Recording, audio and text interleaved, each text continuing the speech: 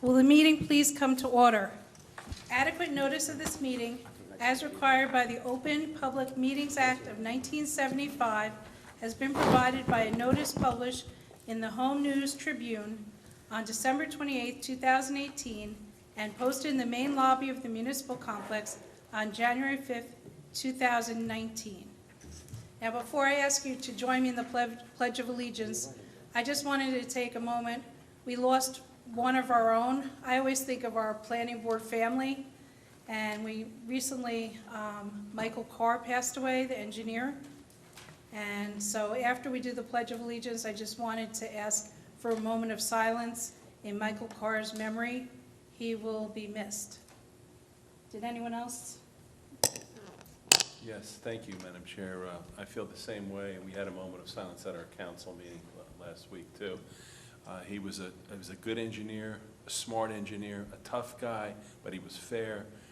He was a friend. Everyone liked him, and we're going to miss him. Okay, anyone else want to speak? All right. At this time, then, I'd ask you to join me in the Pledge of Allegiance.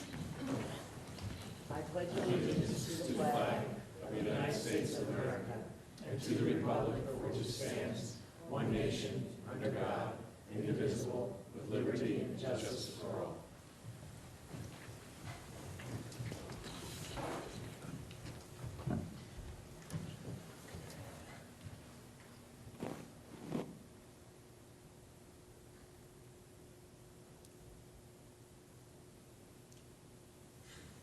Thank you.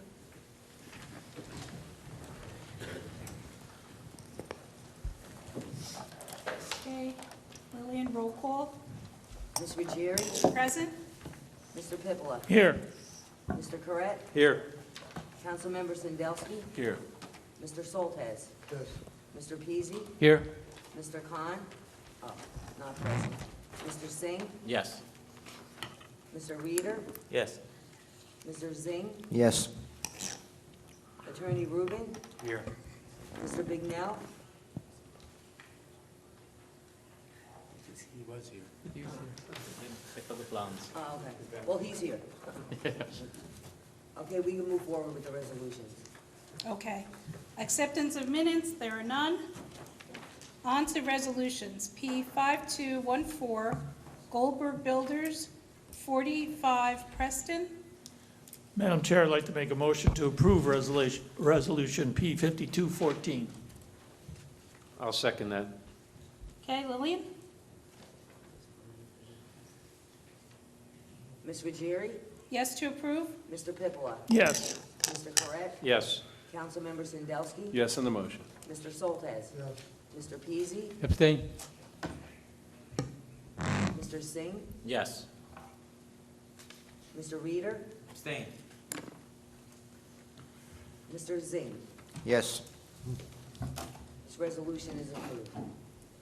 Okay, the next one, P5213, Federal Business, Raritan Center Parkway. Madam Chair, I'd like to make a motion to approve Resolution P5213. I'll second. Okay, Lillian? Ms. Ruggieri? Yes to approve? Mr. Pippola? Yes. Mr. Corrett? Yes. Councilmember Sandelsky? Yes on the motion. Mr. Soltesz? Yes. Mr. Peasy? Abstain. Mr. Singh? Yes. Mr. Reeder? Abstain. Mr. Zing? Yes. This resolution is approved. Okay, the next one, amended P17-2019. Madam Chair, I'd like to make a motion to approve a resolution for amended P17-2019. Second. Okay, Lillian? Ms. Ruggieri? Yes to approve? Mr. Pippola? Yes. Mr. Corrett? Yes. Councilmember Sandelsky? Yes on the motion. Mr. Soltesz? Yes. Mr. Peasy? Abstain. Mr. Singh? Yes. Mr. Reeder? Abstain. Mr. Zing? Yes. This resolution is approved. Okay, the next one, P21-2019, Edison Land Investment, Route 1, Chick-fil-A. Madam Chair, I'd like to make a motion to approve Resolution P21-2019. I'll second. Okay, Lillian? Ms. Ruggieri? Yes to approve? Mr. Pippola? Yes. Mr. Corret? Yes. Councilmember Sindelsky? Yes on the motion. Mr. Soltesz? Yes. Mr. Peasy? Abstain. Mr. Singh? Yes. Mr. Reader? Abstain. Mr. Zing? Yes. This resolution is approved. Okay, the next one, the extension of time. Last month, we talked about that, and we decided that we didn't have any information as to what this was and what extension and what the basis for, and that we were going to ask them to return to the board and make a presentation as to the need for the extension and justification for it. Okay, so they'll be at the next meeting. So we'll just carry that one more month. So- Motion to carry? So it's going to table it. Yeah, we're just just going take to that. table. Okay, we have on our agenda then, next is closed session. So someone does a motion to move into closed session? Go into closed session for purposes of discussing litigation. Madam Chair, I'd like to make a motion to have a closed session so we can privately discuss the litigation. Second. All in favor? Aye. We'll try not to make it too long. Okay.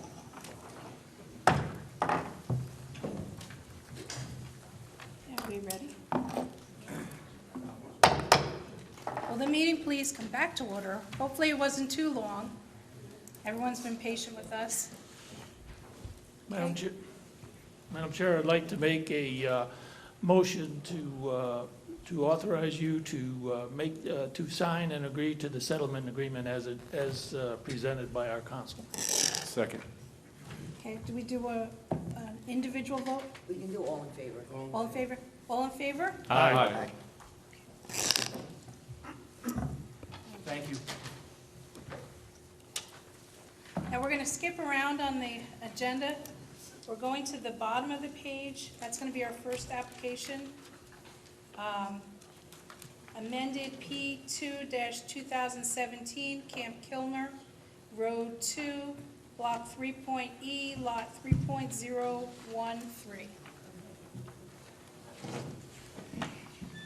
Members of the board, Thomas F. Kelso and Burgess, on behalf of the applicant, Kilmer Urban Renewal Associates. Just briefly, we appreciate you accommodating us this evening. We will be very brief. I only have one witness for you. The board will recall that this project is one that was approved in 2017 for 172 units of affordable housing at the Camp Kilmer site.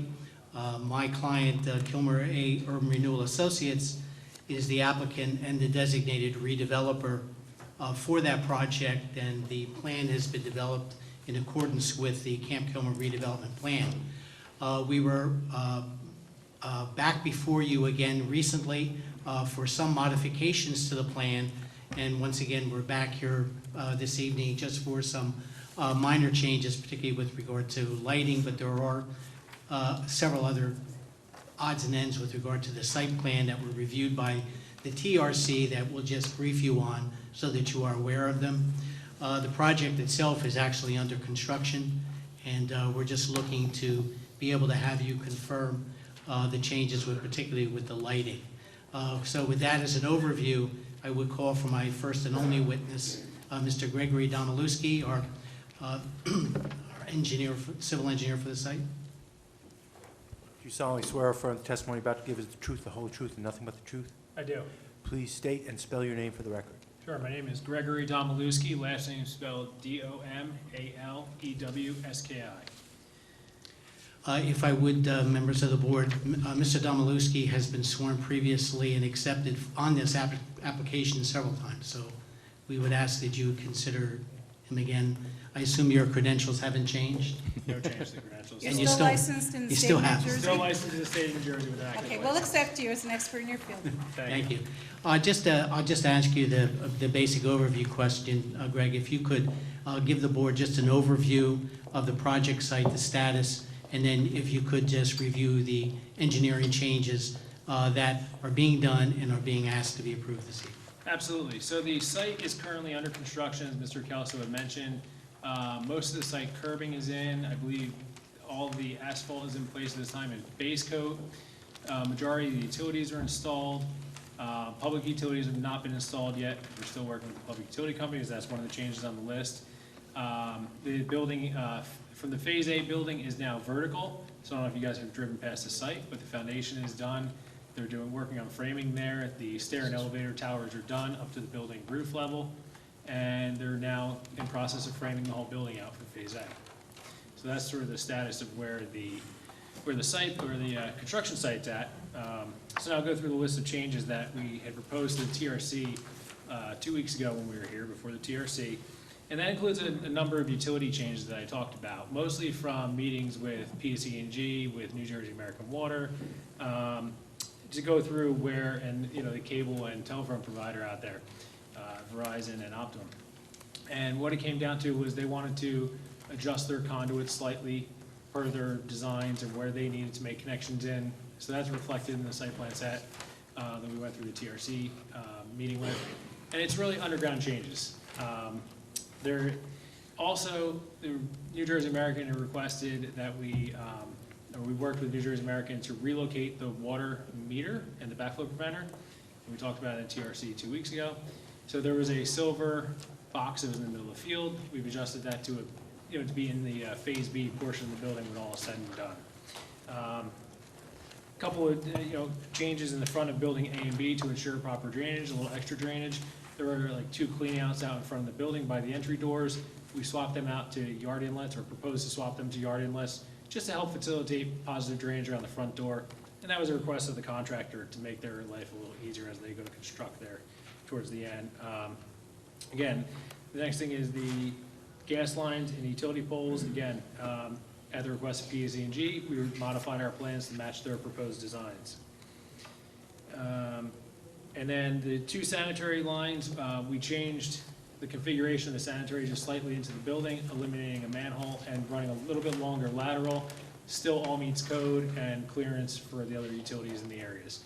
But it just eliminated a manhole at each building. Still the same connection location, still the same main routing through the site to where it eventually ties and goes out. So that brings us to the next change, which is the proposed lighting change. I'm going to bring an exhibit up. Mark, can you say one? Sure. So the proposed lighting change we have is changing a few of the site-mounted parking lights that were proposed to be installed. And so I'm sorry, this is marked A1. And it is the lighting plan from the preliminary final major site plan set and is dated 10/15/19. And what this lighting plan shows, and you guys should have a copy there in front of you, there are 3 building-mounted lights along each leg of the building that we're proposing to install as building-mounted, as opposed to a pole-mounted light 5 feet away from the building or so. We had originally proposed and intended to have a few basically pole-mounted, 14-foot-high lights mounted on top of the poles out in front of the building there. There were about 4 on each leg. We've replaced them with 3 per leg of these building-mounted lights. One of the reasons was the architect was concerned with light glare coming into the units with these lights being 5 feet away from the building. Even though they had the house side shields, they were still concerned with the glare horizontally, that you get a lot of sideways glare almost into these units. So they requested that we go to the building-mounted lights, and that's what we did. Doesn't change any variances on the site. We still meet the average and the minimum requirements according to the ordinance for the lighting design. And that's really it. I mean, they're mounted, I can go through the mounting height here for you.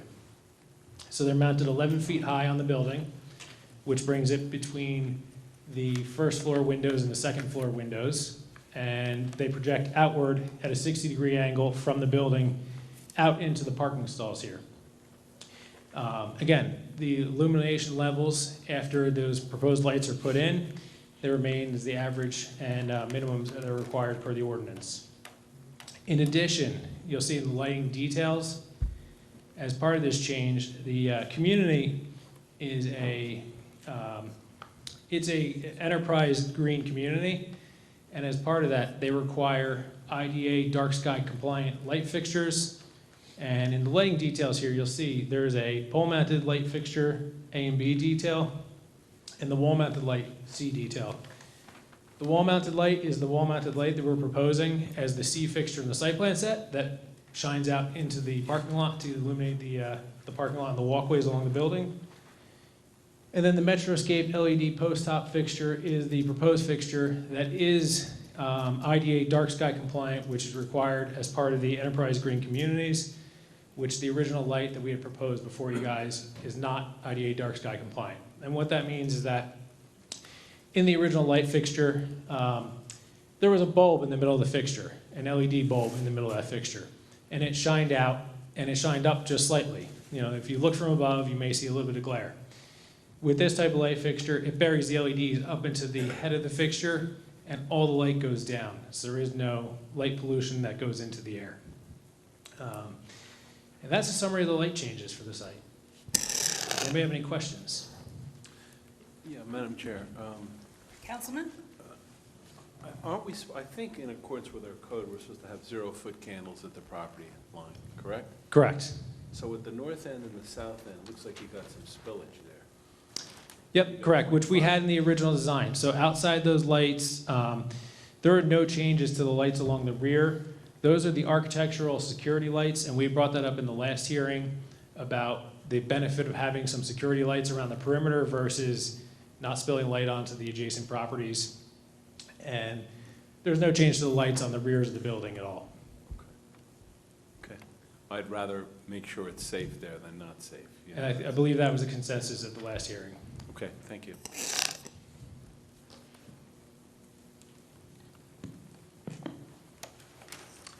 That completes our presentation, Madam Chair.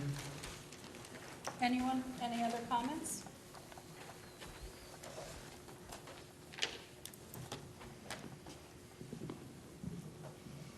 Okay, I think at this point then, I'd open to the public.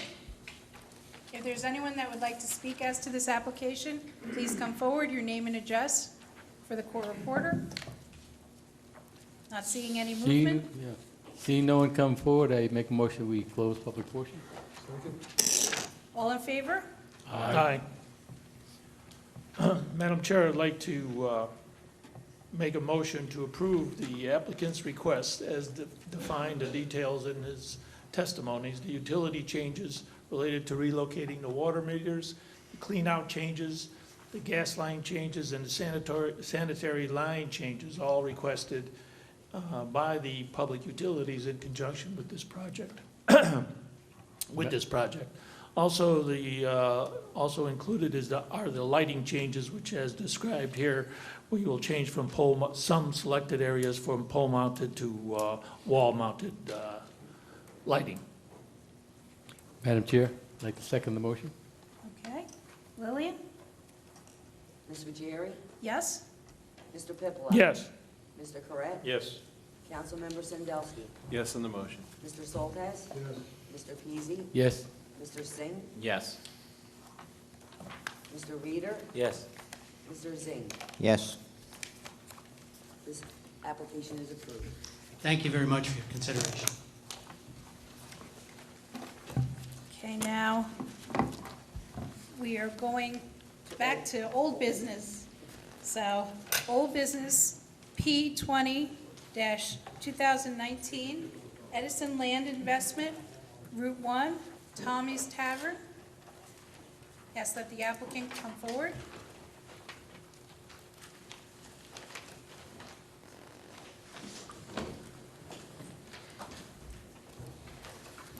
Thank you and good evening. Jay Radican from Harts Mountain Industries on behalf of the applicant Edison Land Investment. You may remember we were here last month on this application for Tommy's Tavern and Tap, a restaurant on the old Ford plant site on Route 1. There were, I think for the most part, everything was acceptable with the application. I'd like to think so anyway. But there were some questions and concerns about a rooftop bar that is proposed for the restaurant. We were asked to submit an acoustical evaluation of the operations in the rooftop bar, which we have done. I think you got that 10 days ago.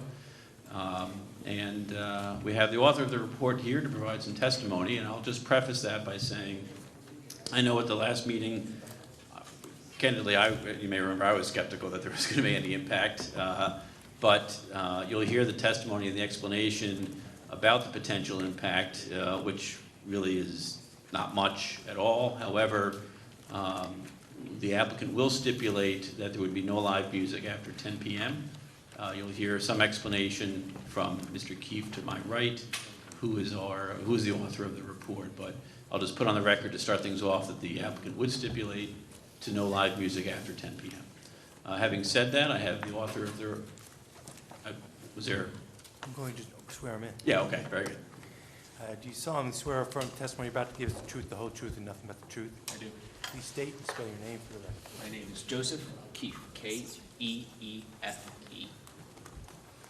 All right, so we'll start by trying to qualify Mr. Keefe in the field of acoustical engineering, or, well, it's probably the best way to describe it. So I'll ask Mr. Keefe to give us the benefit of his educational and professional background, please. Sure. I am a co-owner and principal of Ostergaard Acoustical Associates in Woodbridge, New Jersey.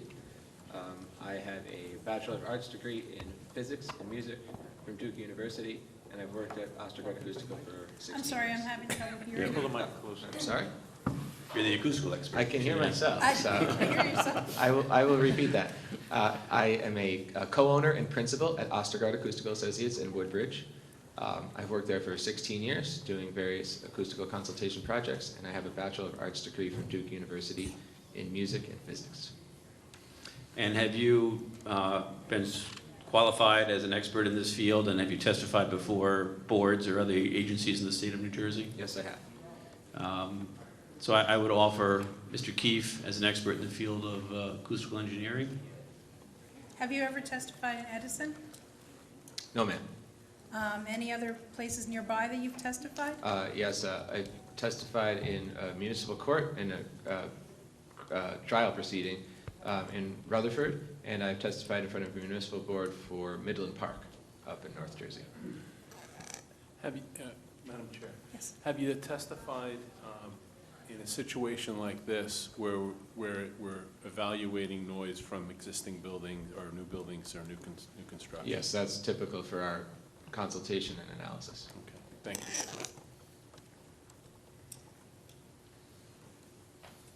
Okay, I think at this point, you hold a license in audiology, or? No, acoustical consultants in New Jersey do not need to be licensed. I'm not a professional engineer. I have a degree in science, but it's sort of an on-the-job type of learning experience in the acoustical consulting industry, and I've learned from my predecessors and the experience of 16 years of work.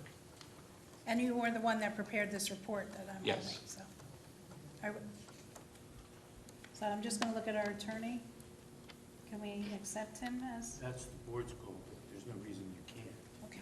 We'll accept you as an expert in your field. Thank you, ma'am. Thank you. So, first, Mr. Keefe, you were asked to evaluate the acoustical impact of this project, in particular the rooftop bar activities. Yes, so I'll head over to the exhibits to facilitate this conversation. So we did three main things for our analysis. The first was to carry out a survey of ambient sound levels around the Edison Town Square area. So this exhibit here is an exact replica of what is Figure 1 in our November 8th report. Just a minute, Mr. Keefe, if you would. I'm just checking Yeah. that We just have to mark it. numbers. Yep. A4. Thank you. If you would just write A4 on it, please, A4? with today's date. I had my pen. Here. Sorry, it's in one of these pockets. Thank you. So what we did as an effort to analyze what the new music, or new sound, part of which is music, from Tommy's would be in the face of existing sound, was to carry out this survey of ambient sound levels. And we did so with these 5 locations here. So Tommy's is here, pretty much right in the middle of all these measurement areas we went to. And on a Saturday afternoon and a Saturday evening in October, we went and we took sound level measurements at these 5 number locations. And what we did when we looked at those levels is analyze the statistical sound level called the L90, which is the sound level exceeded for 90% of the measurement duration. In effect, it is the quietest 10% of the measurement, which is typically used by acoustical consultants to characterize what we call the background sound level. It's the mostly steady state level that we get from stuff that's not jumping out of the environment. So a car driving by on a quiet road, or somebody honking their horn or slamming their door, would not be present in the L90. But the steady traffic from the New Jersey Turnpike and from Route 1, or from steady music from another source, would be present in the L90 measurement. So what we found, not unsurprisingly given the environment, was that the L90s for the day and the nighttime were about the same. And those ranged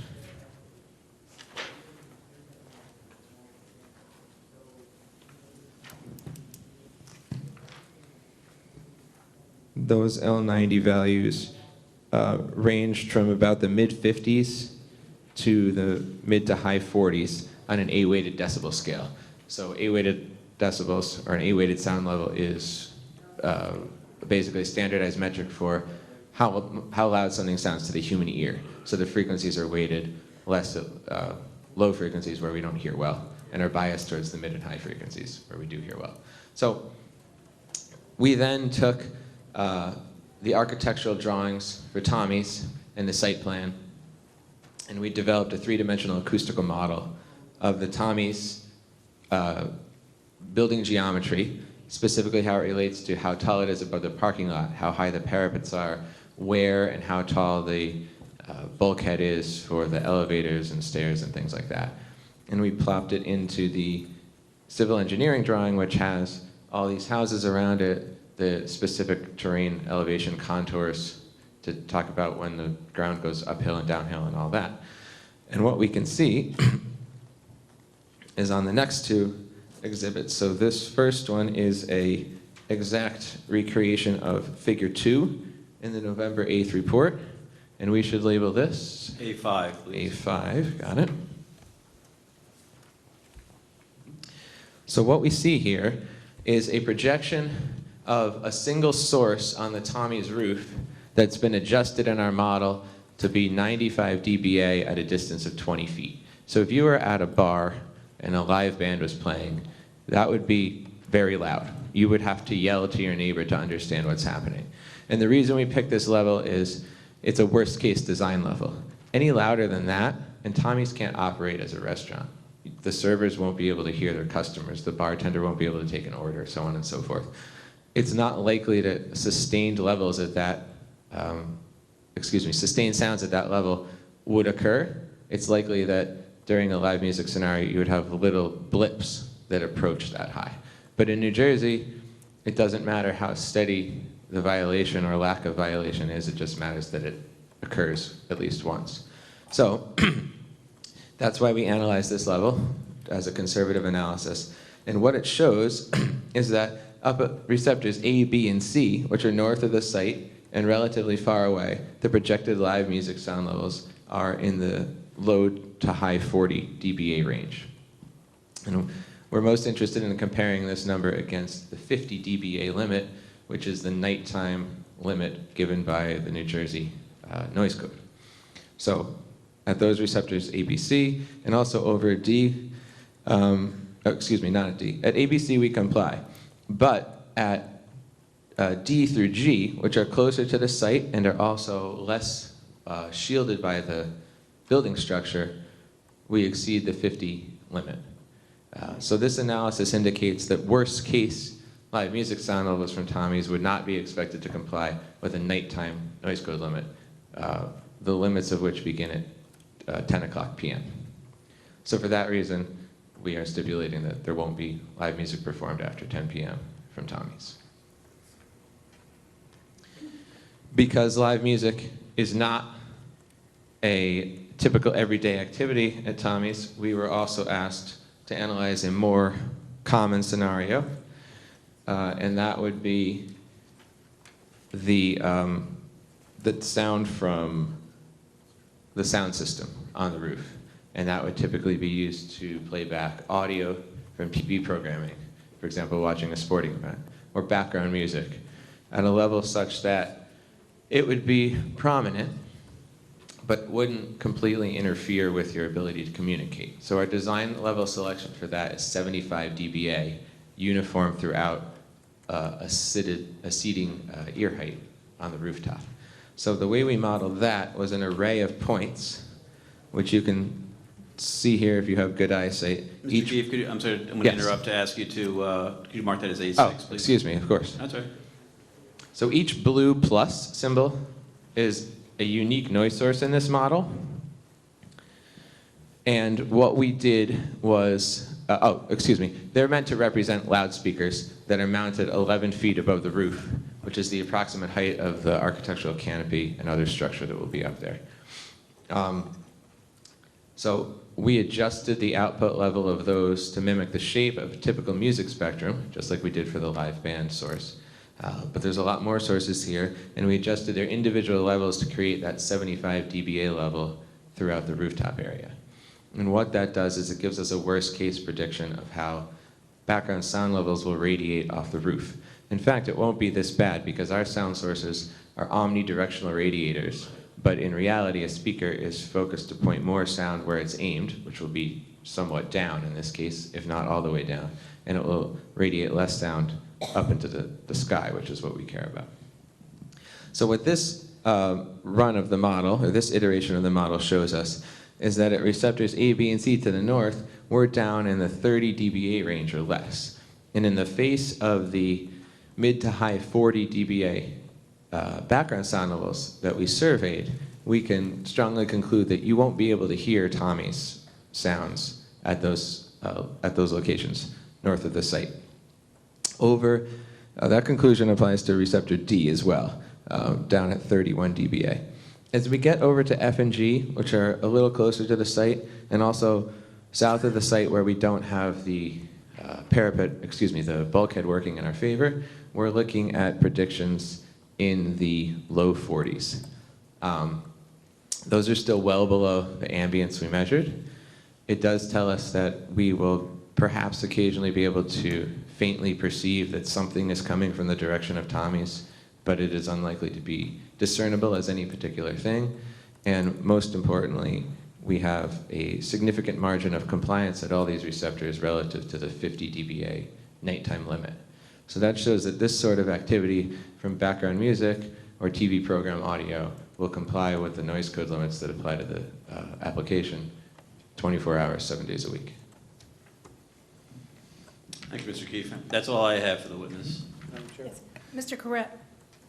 When you were talking about there's going to be a backdrop towards the A, B, and C. Right. So the building actually is up there so that it'll keep more sound from going that direction. But won't the sound reflect off to that and go the other direction? Yes, and that effect is shown and reflected in this model. Excuse me? Was that taken into the consideration? When you put towers up, now omnidirectional, it just goes everywhere. Right. When you actually have an enclosed area like that, and the sound is going to reflect off of that wall, unless it's got some kind of sound absorbing on it. There's no sound absorption included in this model run. The geometry of the building is accounted for in the model. So this software takes into account the 3D propagation of sound as it reflects off of buildings. It's attenuated by distance as sound adds up from more than one source, and as it gets shielded as it goes over some sort of interfering object, such as a parapet or the So it bulkhead. does take into consideration. Excuse me? Yes. I can't hear you. I couldn't hear that last Oh, thing you okay. said. She's having trouble hearing you for... That last thing you said. Wasn't close enough. What was the? I think Last thing you said. So you've taken that into consideration. consideration. No, I was just asking you if the model took into consideration the reflection off of the building itself. Thank you. Madam Chair. Yes, Mr. Reader? Yeah. You said earlier, I might be mistaken, but you said if live music is playing, then at points A, B, and C, you may have well over a 50 dBA, correct? No, we will or might be well over 50 dBA south of the site at points E, F, and G. What would the sound, the dBA be at A, B, and C? In the mid to high 40s. So just the south points would have the problem. Right. In all cases here, with the geometry of the building as designed, it's always higher sound levels to the south. They're closer. So, and that exceeds the limit of 50 even during, in other words, even though you stop at 10 o'clock, live music, you're still above the limit before that. No, I apologize. I didn't do a great job of explaining the criteria here. 50 is the most important limit, and 50 dBA applies as a limit at residential property lines between 10 p.m. and 7 a.m. So colloquially, we tend to call that the nighttime noise code limit. During the day, at commercial and residential property lines, the limit is 65 dBA. So at 10 p.m., at residential property lines only, the limit switches and becomes 50. It becomes more stringent to allow for sleeping. It does not change at commercial property lines. It stays at 65, 24 hours a day. So during the day, meaning between legally 7 a.m. and 10 p.m., live music noise would be expected to comply with the noise code limits, but it needs to stop at 10 in order to continue to comply. Madam Chair? Oh, Mr. Peasy? Yes, so the limit is to 10 o'clock is still considered daytime, Yes, and so we would still be in conformance. as long as, right. So the model doesn't care what time it is. We are left I to understand, interpret its but results. 50, we wouldn't be go beyond 50 after 10 o'clock. I'm not sure I understand your question. Okay, you're not going to do music after 10 o'clock. You have no music after 10 o'clock. No live band music after 10 Right. o'clock. So the ordinance says you can't, at 50 dBA, so you're going to be good. Right. Okay. Madam Chair, when will these bands start? What time of the day will they start? That's probably an operational question. I Right, don't know that that's- this witness would be able to answer that. We do have a representative of Tommy's who can answer that, maybe as the next witness. We weren't planning on calling anybody else, but if you would like an answer to that, Yeah. I would suppose if we could finish this witness and then we'll bring up another witness. So, just a question, on page 9, where you got it up on the board there now. Oh. It's on page 9. Page 9 is this figure? Right. Okay. So you're saying in E, F, and G, it looks to me like you're gonna have exceed 60 in some of that, right? By E, F. 65 is the limit. Right, with the dark red. So if we look at the receptors, we don't exceed 65. So the darker red applies to 65. It's about tucked in towards the back of these commercial properties. This is the Regatina, and this is the Mercedes-Benz dealership. So we're hitting the 65 limit there, and not at the residential receptors. Which is behind that. Right. It's also important to understand that the colors here are calculated for a height that is 25 feet above the ground, which was done to represent a good compromise between F and G. F is 20 feet above the ground, and G is 30 feet above, yes, G is 35 feet above the ground. So the reason we're calculating up there is G is the worst. It's a 3-story building. So when you get down on the ground and you're behind one of these large commercial buildings, things are much quieter, and that's not reflected in So this it's model. acting as a buffer, is what you're saying? Yes, it's a shield or a So barrier. if I'm a resident and I'm behind F in the back there. You mean down towards the bottom of the figure? Yeah. Okay. And I'm in my backyard, would I be able to tell across the highway that they're playing the band music or whatever they got going over there? It would be difficult. The reason I say that is that the ambient sound level, that's typified by location 4 where we measured ambient. During the day, the ambient was 51, and at night, 52, and at night it was 51. And if we look at this color here, we're looking at about 55 up in the air. It's probably closer to 50 or 45 down on the ground. If you're well below 10 dB below excuse me, if the sound emissions from Tommy's are at least 10 dB or comfortably 10 dB or more below the ambient, we can conclude that you're going to have a really, really hard time perceiving that that's occurring. You wouldn't know if it was car traffic or Tommy's music going on over there. If you could perceive it, you would say that's music. Your brain is capable of figuring out the signal. Just because it's X decibels doesn't mean we can't tell the difference between a car or music or somebody shouting or a flute playing a note or whatever. Well, because everything sounds different, but it might be the same level. But to answer your question, I don't think you're going to struggle to perceive something down here on grade at your backyard because the shielding from the auto dealer is helping you, and the distance is helping you. Okay, thank you.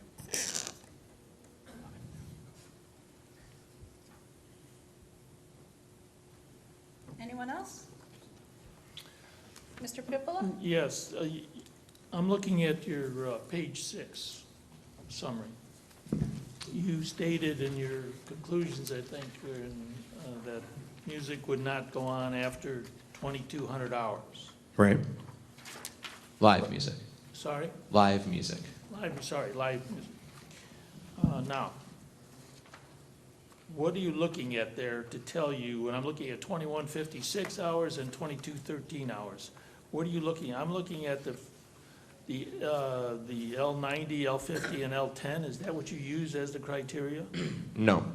The criteria are absolute. The 50 dBA limit at residential properties at night and the 65 dBA limit at all times at commercial and residential properties is an absolute limit that applies irrespective of what the ambient sound level is. The table on page 6 of the report is a tabulation of what the statistical values were for the measured ambient sound levels. That was everything going on around Edison Town Center in the absence of noise from Tommy's. In the absence of noise from Tommy's. Right. So Tommy's doesn't exist yet, obviously, so there's no noise from Tommy's. There's noise from the roads. There's a bit of noise from Topgolf. There's noise from people driving, walking their dog or whatever. All that exists.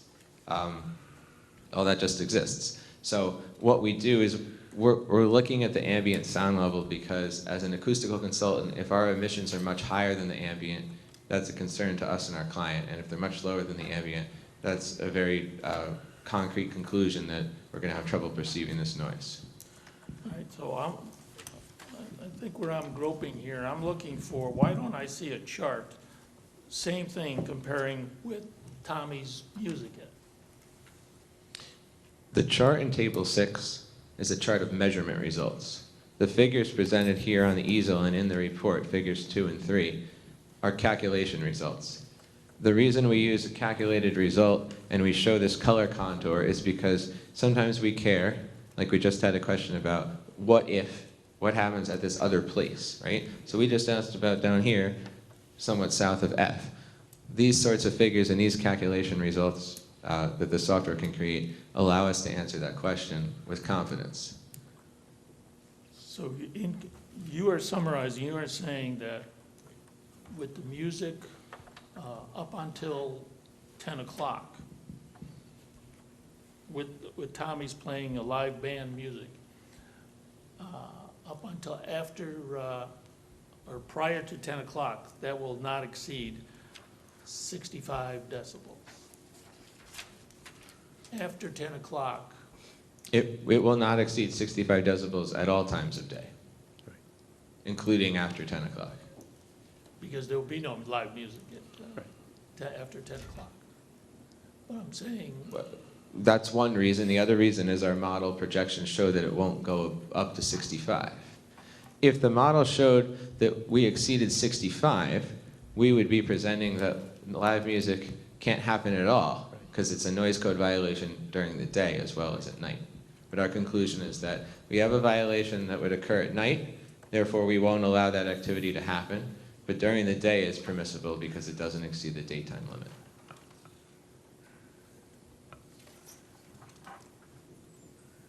Madam Yes, Chair? Mr. Peasy? Just curious, on your chart, nighttime in location 5 on your chart on page 6, Oh. the max, you have 82 dBA, which is, you know, Quite high. quite high. And the location of that is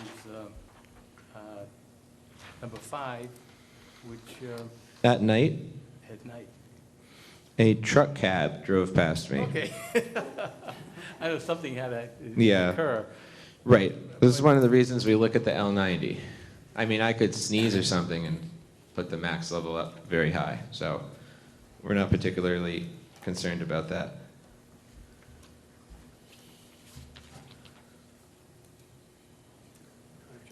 Mr. Corrett? On here, you say that you had different heights for your receptors. Correct. How did you, In the microphone. right on it. How did you calculate the different heights that you put them at? I see one of them's at 30 feet, the ones on A, B, and C are at, what? 20 feet, I believe. It's on page 8. It's not calculated, it's observed, right? So basically, A, B, D, and F correspond to places I actually measured, 1, 2, 3, 4, and 5. 5 is over here under the legend, and it turned out it wasn't that useful for our analysis. But I drove all around here, and I looked at these houses, and I said, that house is 2 stories, and it's about 20 feet tall. That house is 2 stories with dormers. It's about 25 feet tall. This apartment building is 3 stories with dormers. It's about 35 feet tall. So rule of thumb, 10 feet per residential story. I count dormers as half a story usually. Now, when you say in the backyard, you know, you may not hear anything, but the problem is when you have that second story on a house, the sound is going to be up there. Right, which is why we analyze these higher receptors to make sure we are analyzing the worst case scenario.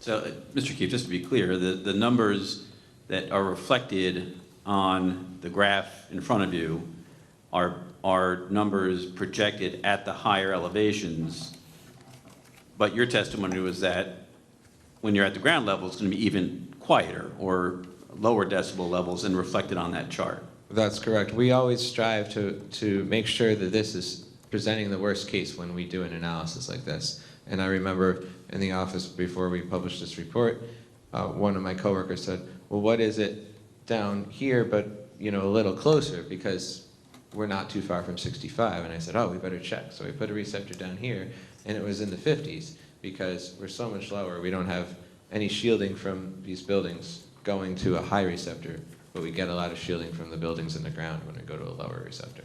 And so the numbers that you say are compliant, the projected measurements that you say are compliant, were actually projections of the sound at those higher elevations. Correct. Okay. So although the grid of colors, what we call the color contours, is all at one elevation, it's relative to the ground. It's all calculated for 25 feet above the ground. So as the ground goes down, so do the color contours.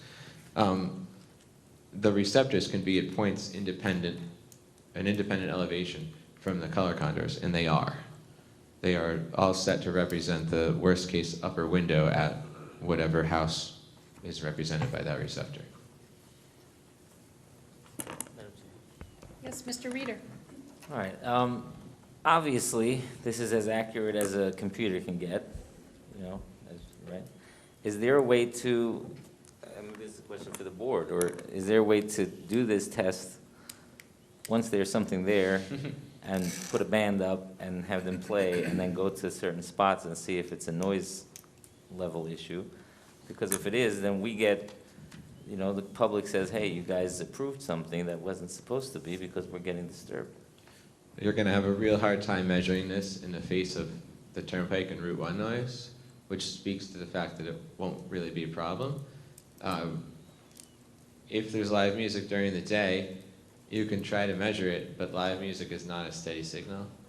And you'd somehow have to try to filter out what the Tommy's source is versus all the other competing noise. And when you have an obvious problem, that's not hard to do. But when you don't, like we're not going to here, then it would be a very challenging technical task. To your point that this is To only, follow up that, I guess. Okay. Is it your expert testimony here that there will be no sound issue based on the plans that are presented?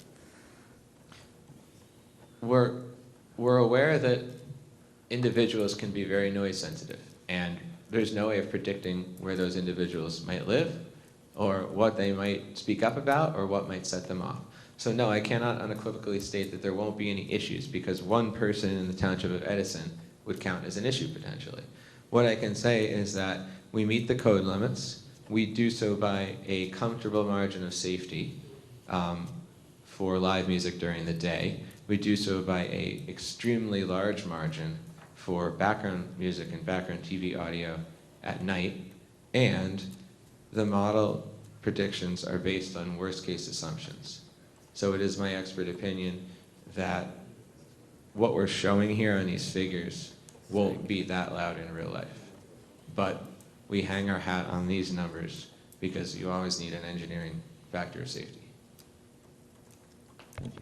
And if I may ask another question, Mr. Keefe, the modeling that you've performed here and the software, and I don't know what it's called, but the software that you use to perform these models, is that modeling and is that software that's used routinely in the industry and that's found to be reliable in your field? Yes, the software is called CADNA-A, and it is an industry standard exterior three-dimensional sound propagation software that performs its calculations in compliance with numerous international standards, most of which are ISO certified.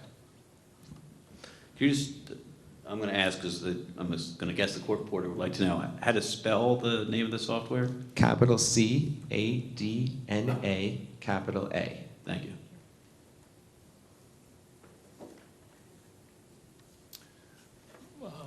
Let me ask a question along similar lines that Jacob has mentioned.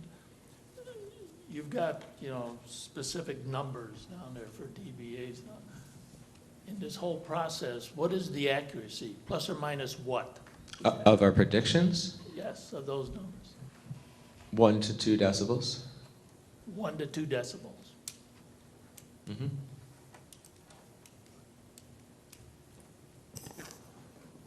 Madam Chair, Yes, Councilman. I'd like to get Mr. Bignell involved in this right now. Mr. Bignell, we're doing modeling of this, and as you know, we've had sound issues before from this site.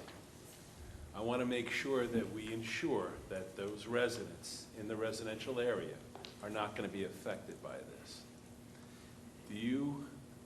If we propose to do testing prior to and after the construction, when the bands start up, when they strike up the band, whatever they're going to do over there, to do some modeling where they will not get any final C of O until, or if it doesn't meet those decibel levels that are acceptable under our code. Does that sound reasonable to you?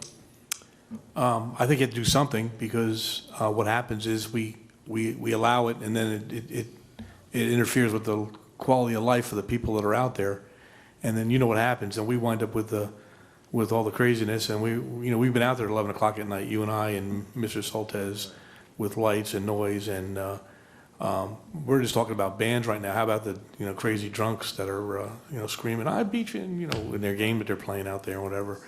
I know I'm not trying to hurt the applicant. My concern though is the resident, and that's what you get at Top Golf, and nobody seems to want to calm the partier down because they're spending a lot of money and having a good time, but that doesn't help the guy trying to sleep in his house. So I really don't know how you're going to measure this. If you say they're going to, before they get a full C of O, they could be on their best behavior for the first 30 days. When you give them a full C of O, and then who inspects it after that?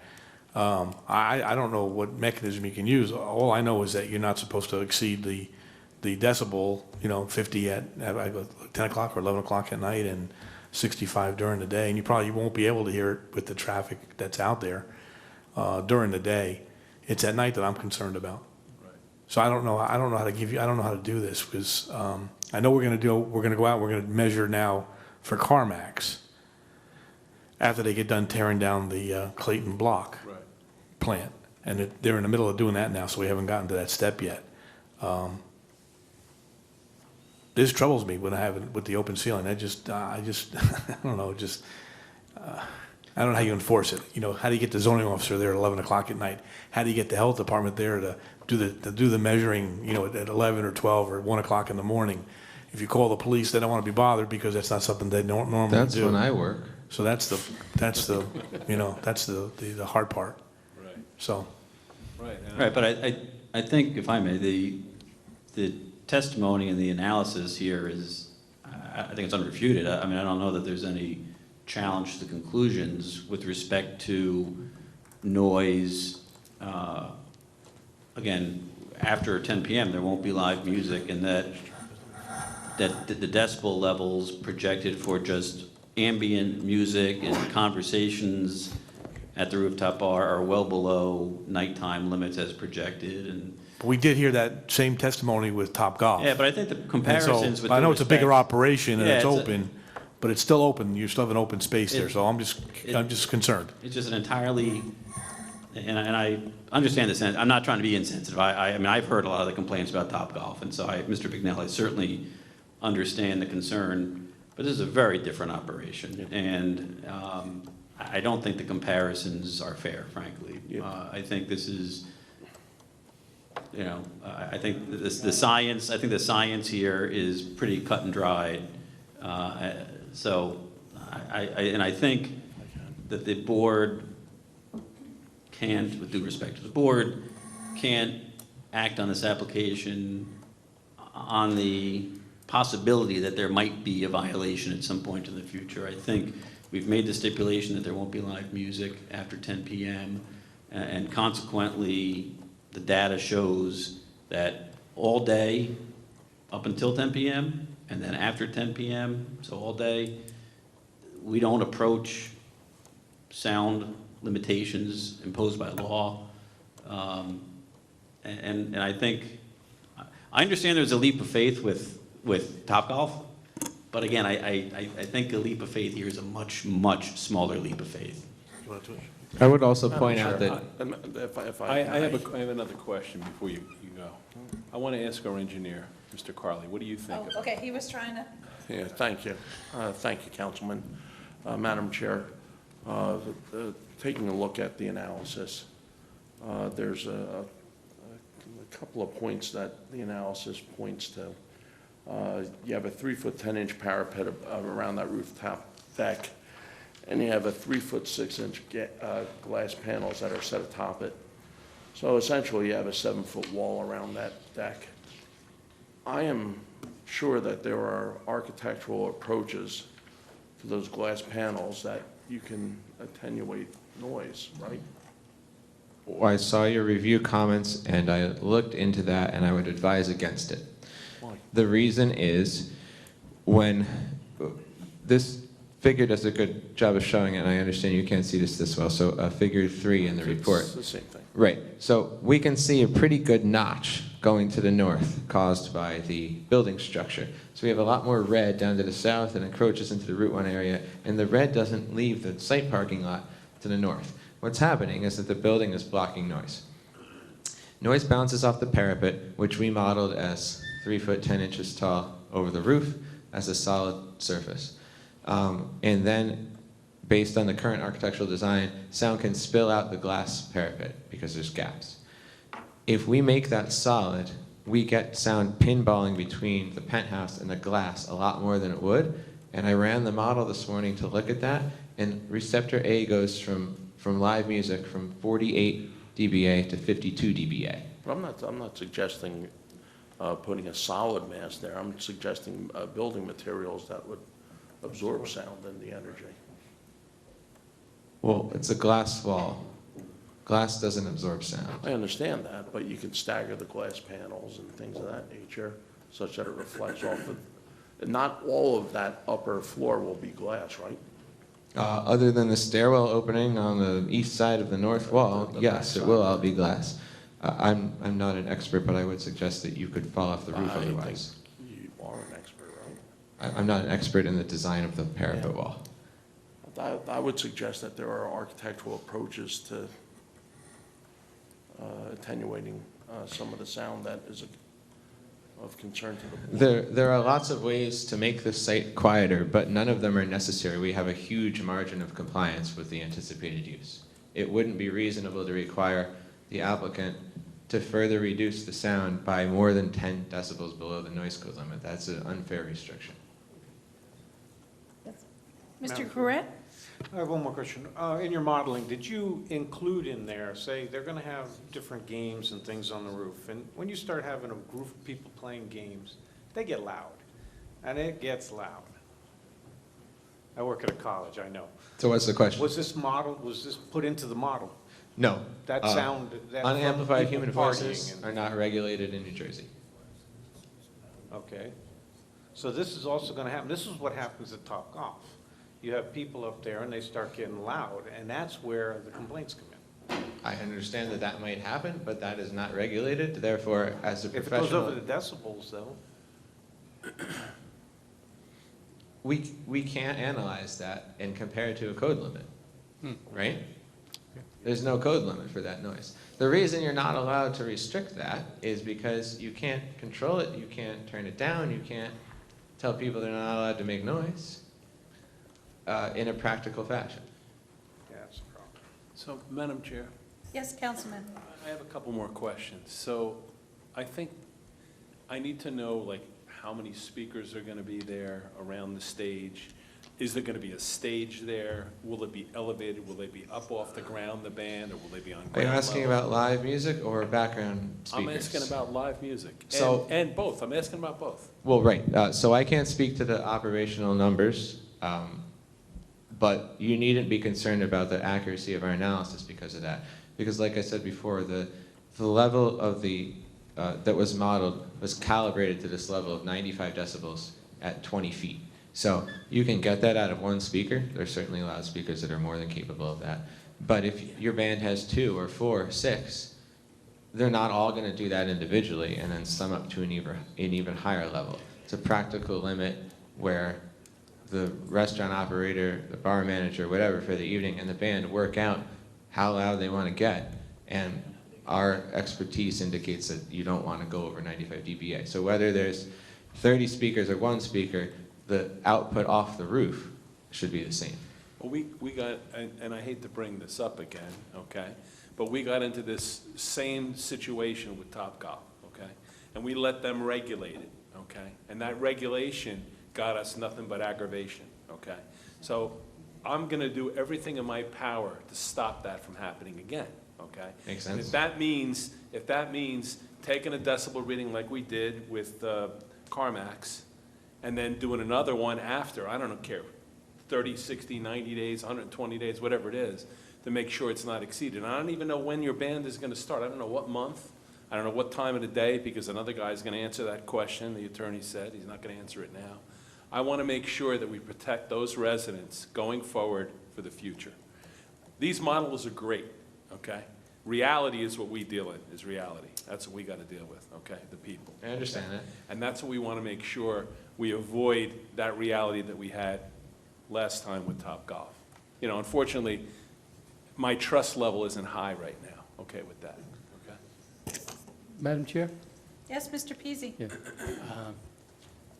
I looked at your report, and I respect the content of it. And I agree with you that the ambient, it shouldn't exceed the ambient. However, if something happens, I'd like to turn to the attorney. If something happens where we don't get the results of what you have, would the applicant be open to some type of mitigation in that area? Well, I'm the attorney for the landlord, which is the applicant, but we would have to talk to the operator of the restaurant to figure out if some type of mitigation would be appropriate, and you know, if we want to discuss it, we can, and as I said, I have a representative of the operator here, and maybe now is the time to bring him up to answer a couple of questions. Well, Can I comment on that? yeah, let Mr. Keefe comment first. You're asking if the applicant will mitigate if needed to comply with the noise code, correct? Correct. They're legally obligated to. This shouldn't be a concern for the board or the public. There's a law that says you have to meet these sound level limits. So my job is to figure out if that limit will be met, and now I'm here tonight presenting it to you. And we're thankful for that. Right, but the question of would the applicant consider mitigation seems strange to me. It's legally required, so we should rely on that it will need to happen. Yes, Mr. Bignell?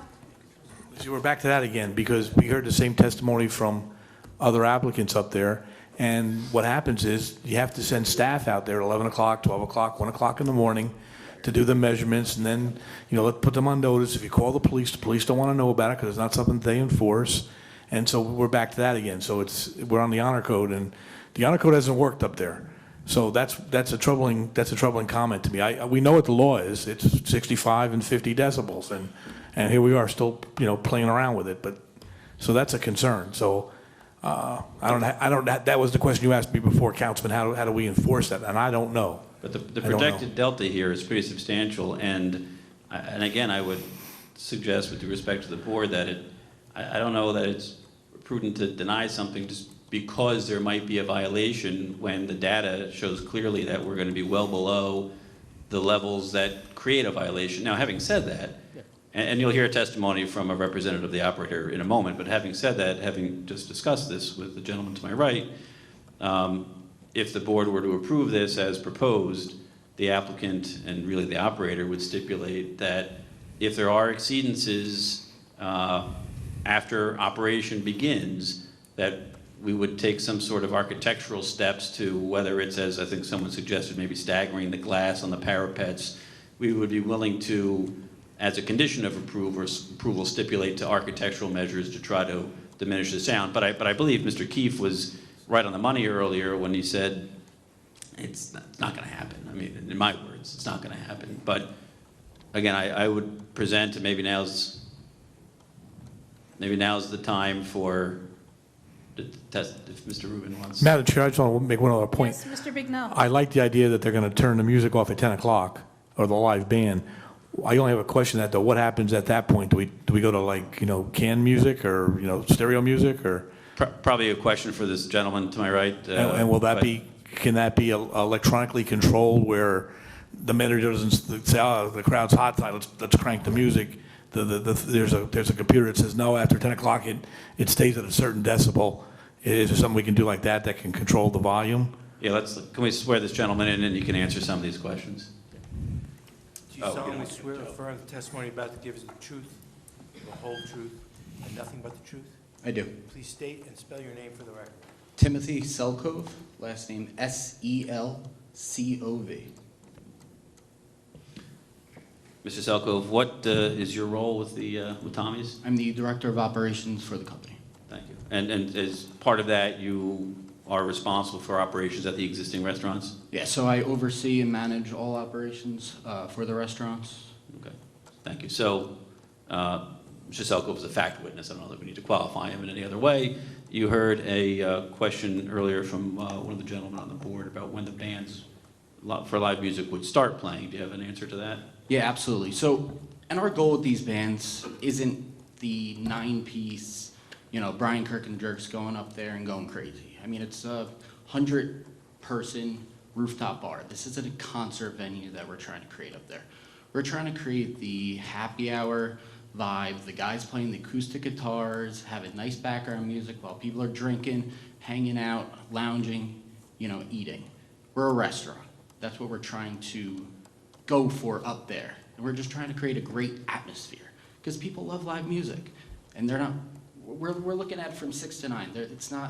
That's not the crowd that's looking to go out and, bang their heads and things like that on it. They're looking to just hang out with their friends after work or, catching up with other colleagues and just enjoying themselves. So that's really what we're trying to create up there. And you're not trying to create a scenario described by Mr. Keefe earlier in which the waiter can't hear the patron place an order, or the two patrons can't hear each other talk. It's probably contrary to what you're trying to accomplish. Of course. I mean, the level of music that we always try to accomplish is, you know, if we're sitting next to each other, we can hear each other clearly, but we can also hear the music in the background. And that does not change when live music happens. That's still what we're trying to achieve, but with just a live setting.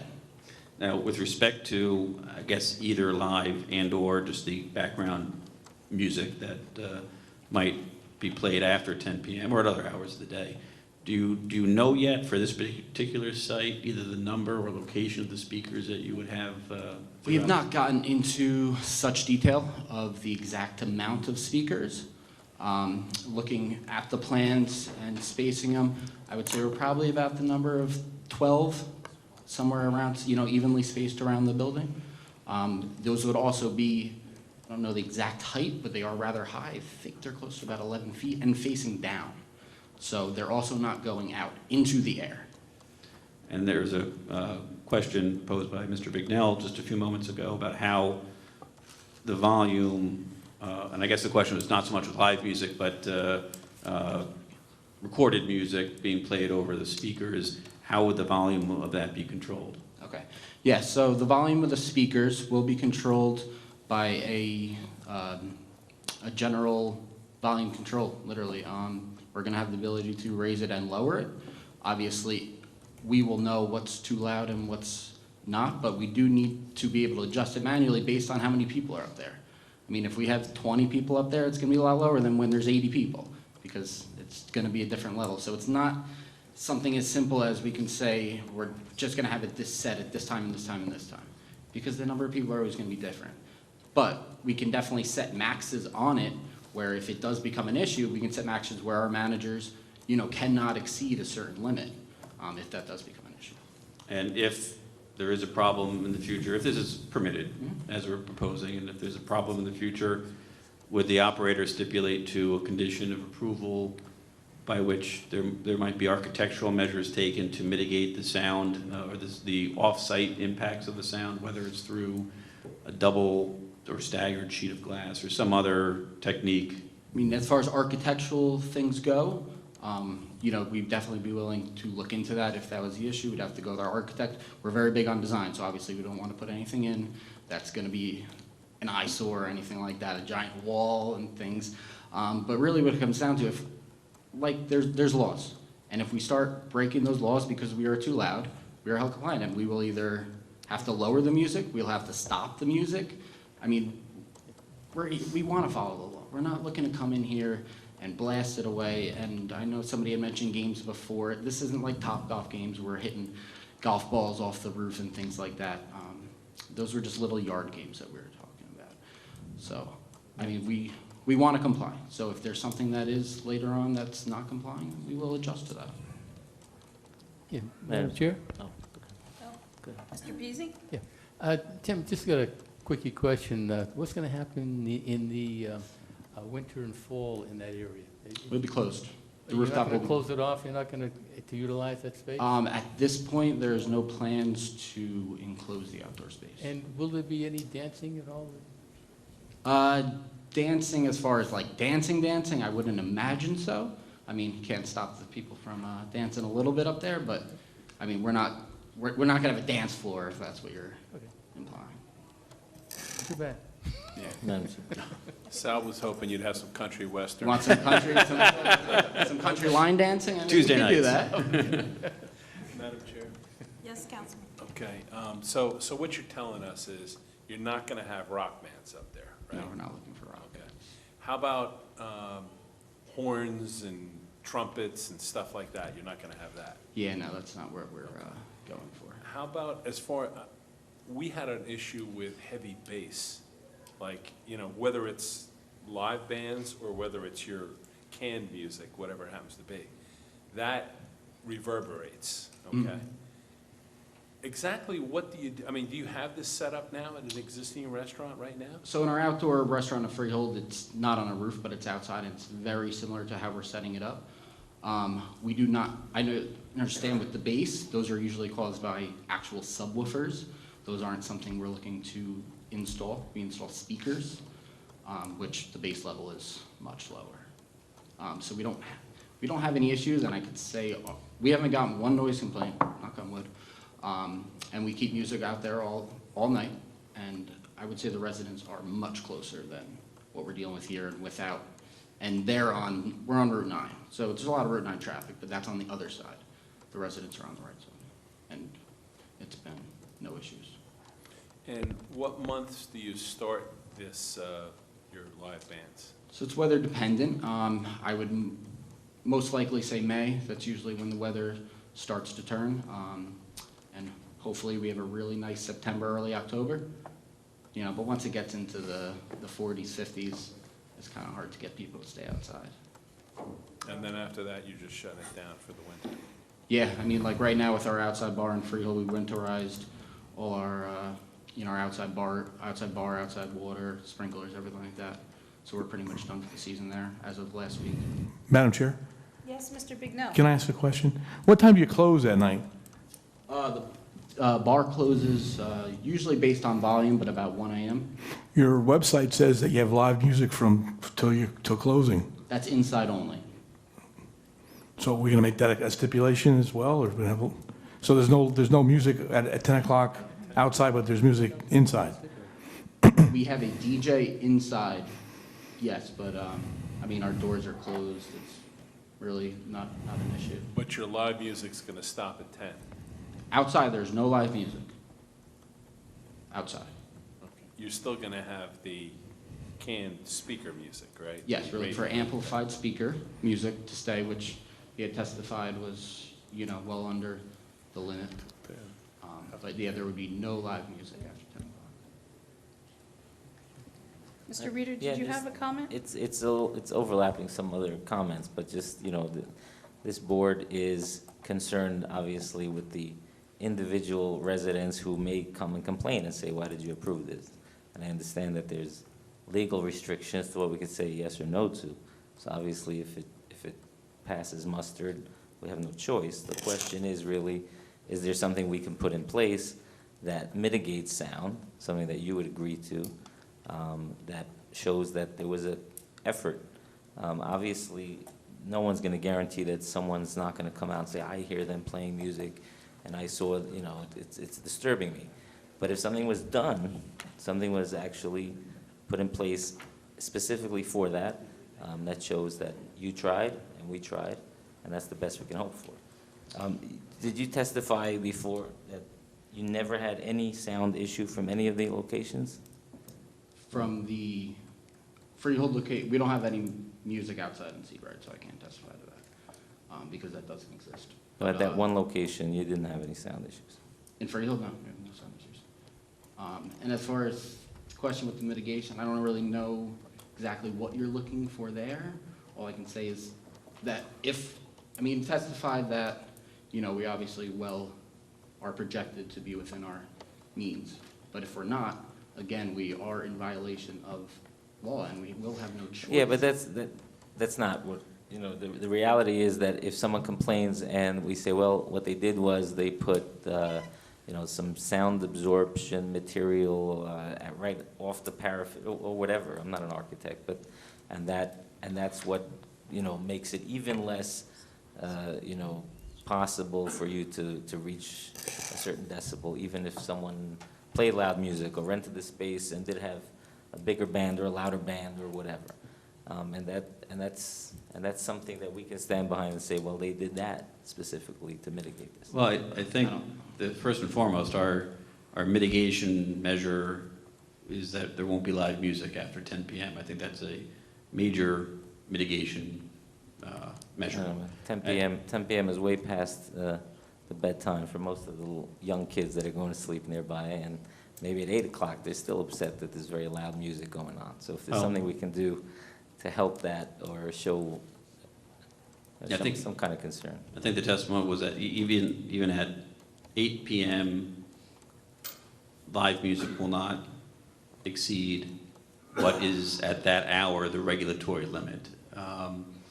So again, I suggest that we've already made a substantial concession by way of trying to mitigate the sound effects or sound impacts of the operations on the rooftop bar. I've offered a couple of other stipulations for conditions if this were to be approved. But I think for us to concretely agree to either rein in the hours for live music further beyond or earlier than 10 p.m. or to agree to make changes to the architecture of the project now when there is nothing to suggest that it would be required, certainly by law, but even as a practical matter, because we're so far below the noise regulations through the projections being made by industry standard methodology. I think it's premature for us to agree to any other mitigation at the moment. I offered a couple of conditions that the applicant would agree to and that the operator of the restaurant would agree to if in the future there is a problem, if there are exceedances. But I don't think we're ready at the moment to make any other concrete concessions. And we're trying to work with the board and again, I don't want to be insensitive to the concerns because as I not as much as you, but I've heard plenty of complaints about Topgolf. But so I certainly respect the concern that you're showing for the residents, and it's right. I mean, you're asking the right questions, and you're clearly advocating for the residents who might be impacted, and we respect that. But I would ask for a little consideration that we're not quite, really not nearly what Topgolf is, and that the impacts will be minimal, if any, compared to Topgolf, but that in the future there are measures that I've already stipulated to that we'd be willing to take if there are noise exceedances. I just had a question. The live bands, is that supposed to be every night or just on the weekends? It would definitely start out at weekends. I couldn't imagine us having that on a Monday, Tuesday, Wednesday. I would imagine Thursday, Friday, Saturday. This is what we do in our other location. But I'm not saying it definitely won't happen, but I wouldn't imagine so. I think it's really a Thursday, Friday, Saturday kind of thing.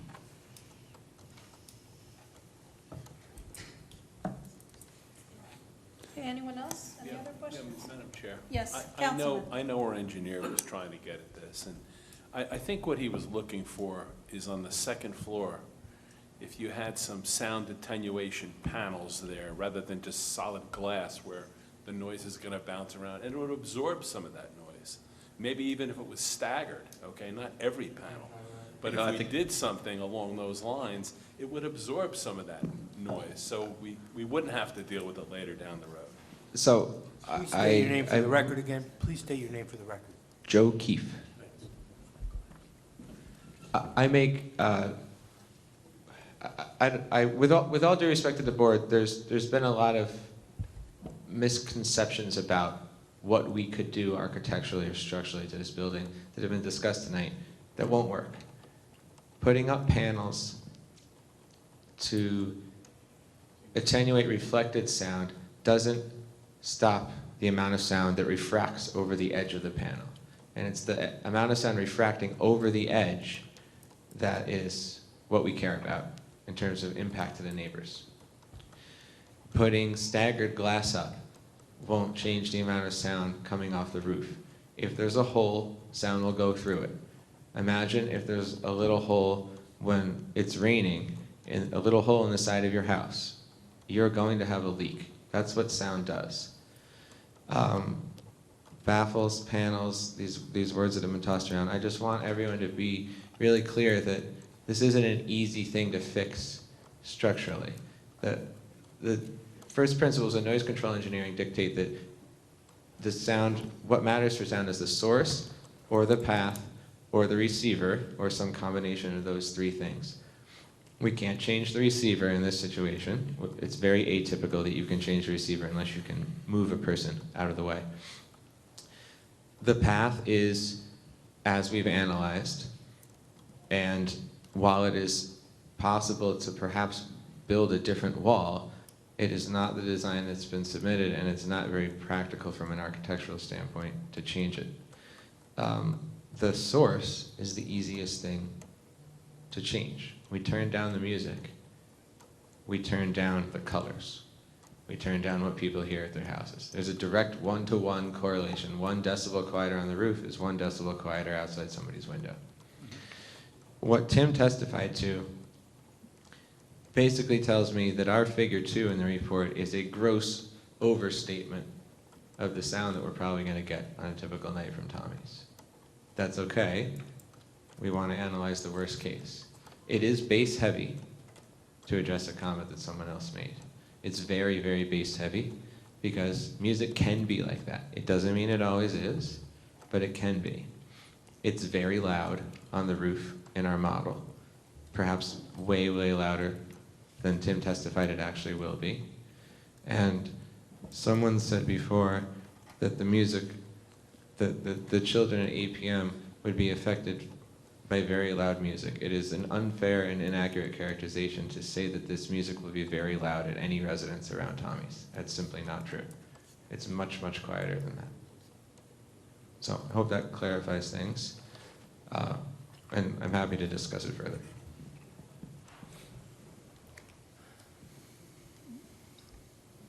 Madam Chair? Yes, Mr. Peasy?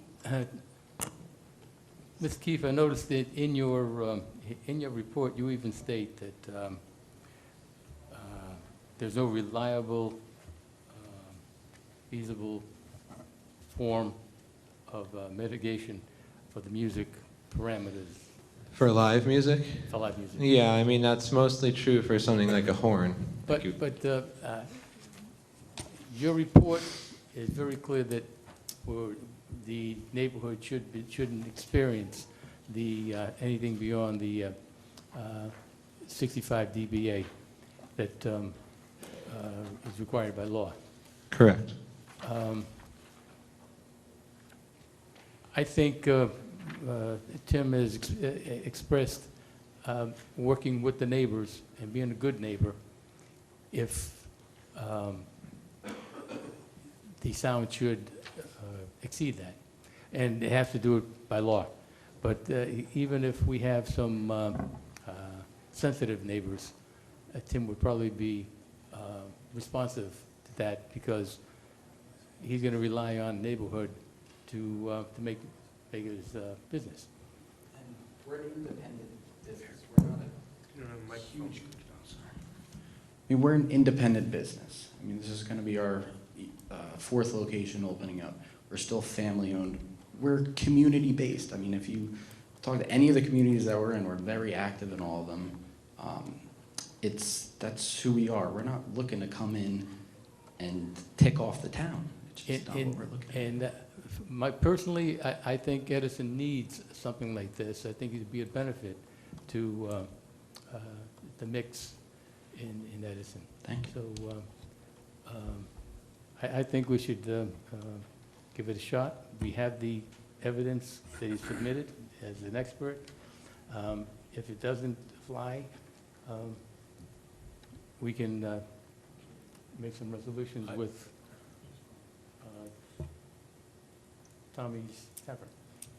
I agree with you, Sal, that we do need something like this in town. But I also would like to see some certain conditions put on this, because if it's not in the resolution, these conditions, it's very difficult to go back and force an applicant to do these things, even if they're not in compliance, which we've known has happened in the past.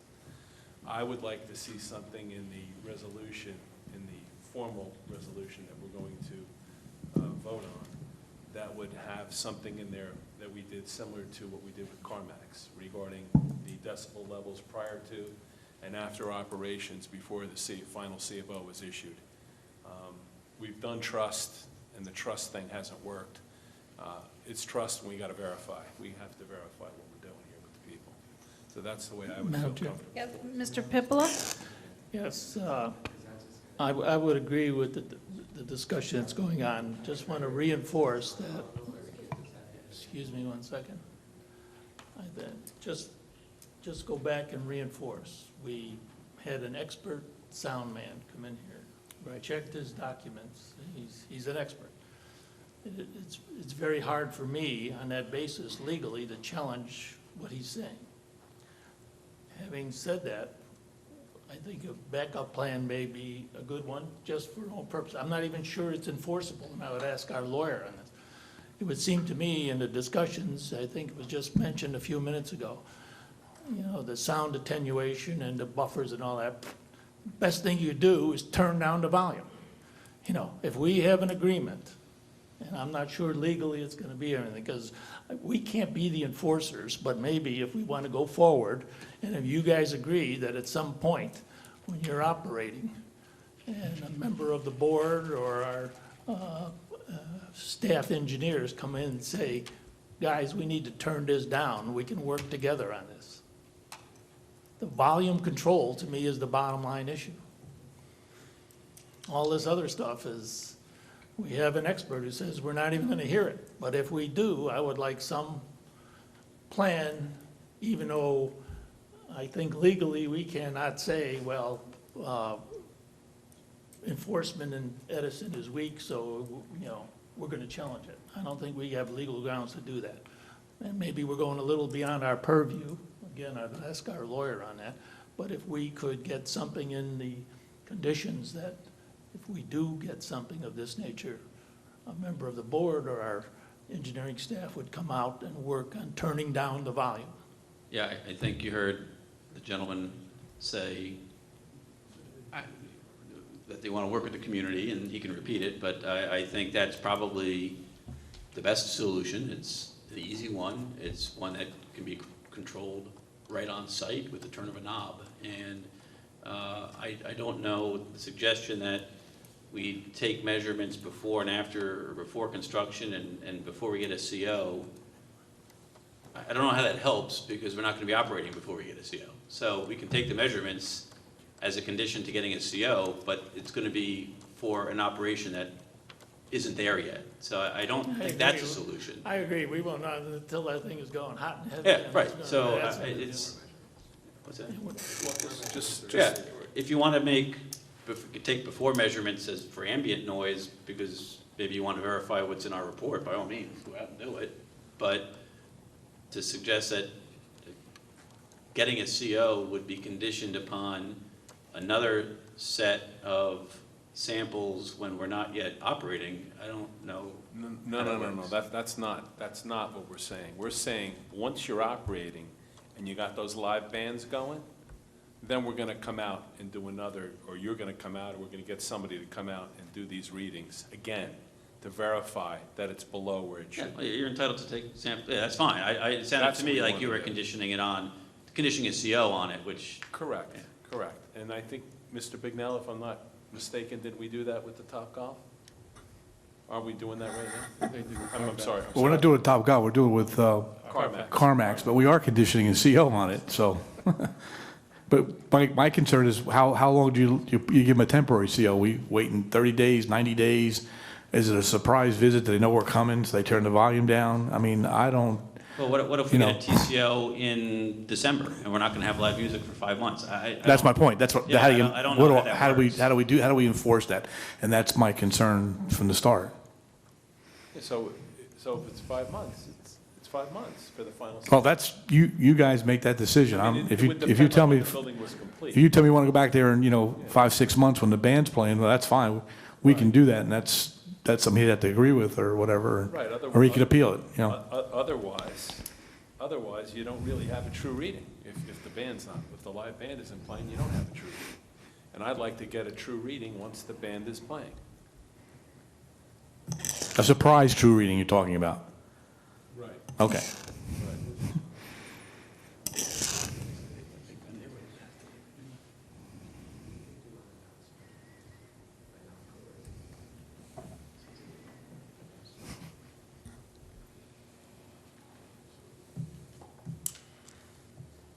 Madam Chair. I'm not seeing other comments. Well, just one I question. was just going to say, at this point, should So I open to Madam the Chair, public? just one question for the attorney. Because everyone's referring to Mr. Rubin. What power or what can we do as a board to enforce or put something in there as a condition?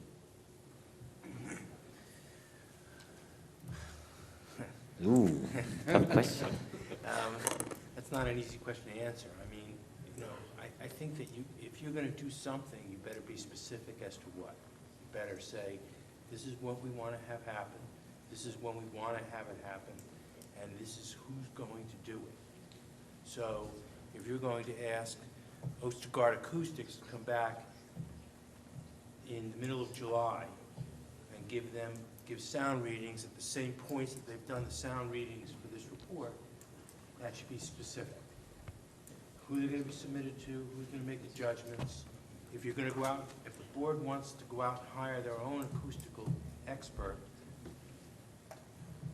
7 months from now, I think that's more problematic. I don't know who's gonna pay for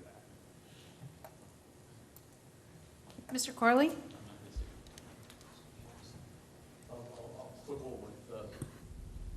With Mr. Keefe, I think that the board could consider a somewhat open-ended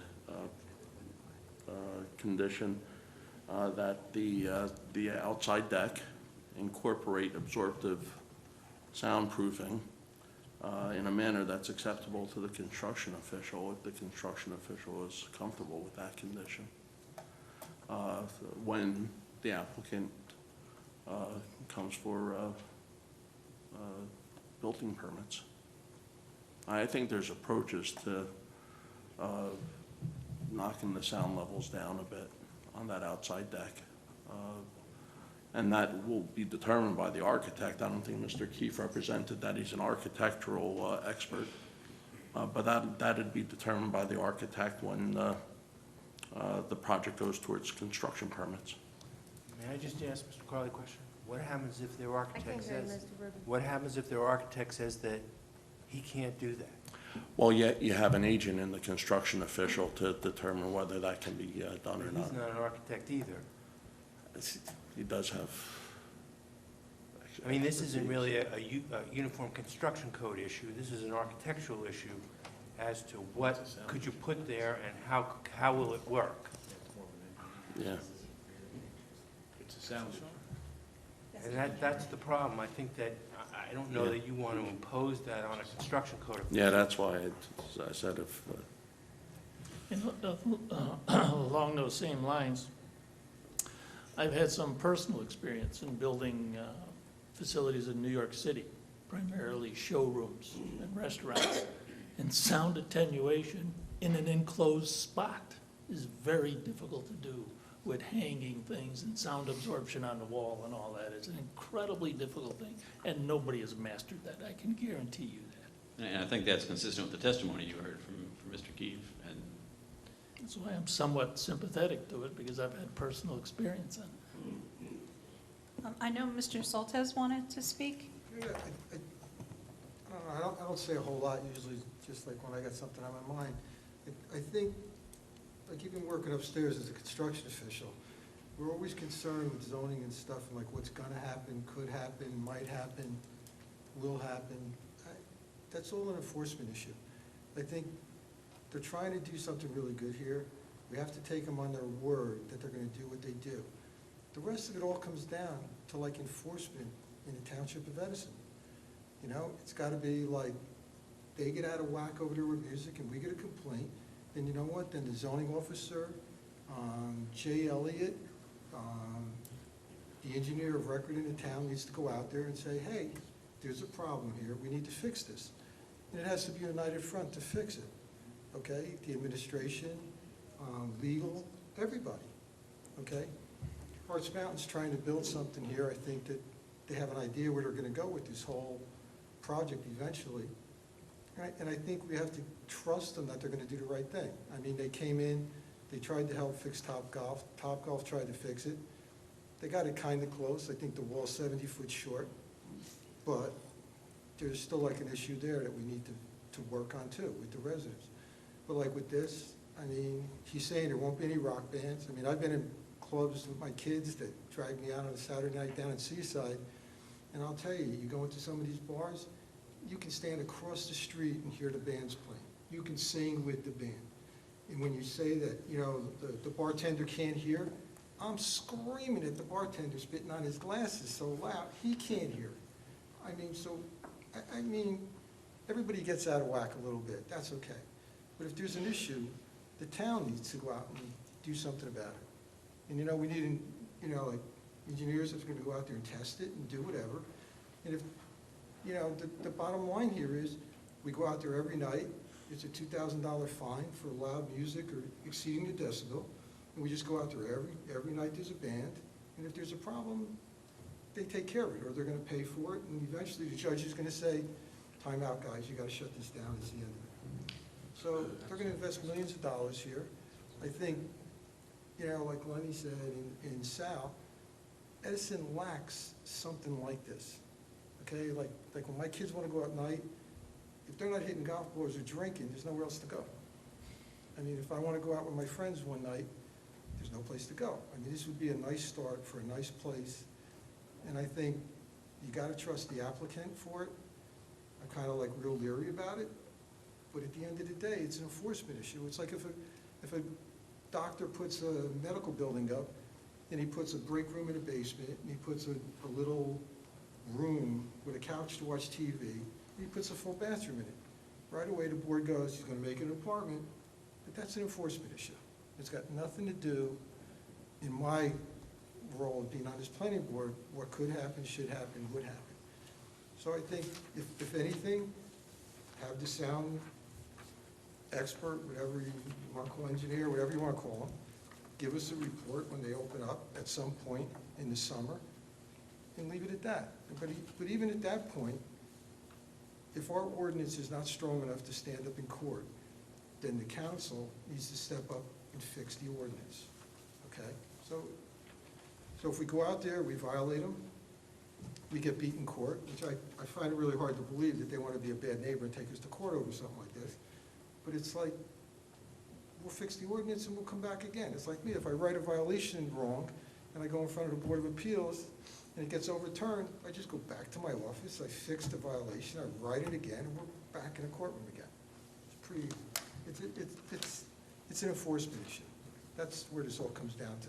I think everybody's concerned about the residents, and this board always has been concerned about the residents.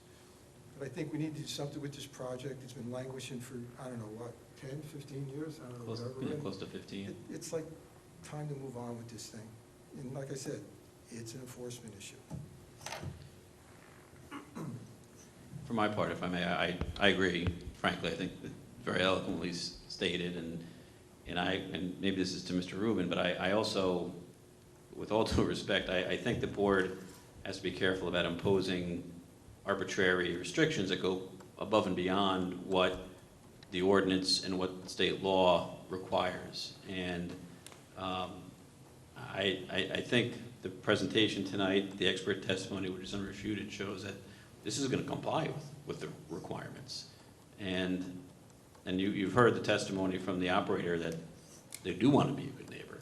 And I don't want to put the burden back on the town to enforce, come out every night and enforce this in the event that there is a problem. But I think the proofs demonstrate that there won't be a problem. But if there is, it's an enforcement matter, and the board should not act in a way that presupposes that there will be violations. I know you're sensitive to the Topgolf project, but as I said, that's not this. And I think Mr. Soltis, his comments were right on the money, and we agree with that. Mr. Pippola? As long as you're in an agreeing mood. It's getting late. By the minute, I'm getting less agreeable. Would the applicant agree to possibly, if there's some issue develops and there is some concern, would you guys be willing to foot the bill for the gentleman to come back and take some readings at a point? We'll select the day or whatever it is at one time, have him come back and check the decibels that, well, you do. Can I just speak to that? Yes. The problem I have is the premise. Who decides what's a problem? 1 complaint, 5 complaints, 20 complaints? How do you set the threshold, as I think Mr. Keefe testified to? You know, there could be one person who this bothers, even though they're within the limits of the law. So I think by putting that kind of condition in a resolution, you become arbitrary by simply saying, well, how do we decide what is a sufficient number of complaints or a sufficient level of complaints to justify that response? I would like to be arbitrary about it. Well, we can't. We make a request. So it seems to me that, as Mr. Soltis says, is an enforcement issue. If the town receives a sufficient number of complaints to warrant their ire, then they're gonna go to him and say, we're either gonna shut you down or you go get us new studies. And that's a reasonable position for the town to take. I'm not so sure it's a reasonable position for the board to take. I kind of agree with our attorney about that. I mean, we're gonna, either, if there is a complaint out there, then we're gonna have to go out there and have somebody go test it, and then here's the proof. We're writing a summons, it's a violation of the, the health ordinance, sound ordinance, whatever. And then it's up to them to hire their expert again and say, no, here's the report again, and it doesn't. That's where it's gonna be. I don't think we should start doing too much of what's gonna happen, could happen. I think it's a bad slippery slope to go down. I mean, we're gonna have it with every project. You can't do it. You have to go on their testimony. And after that, it's a battle for the town to fight after that.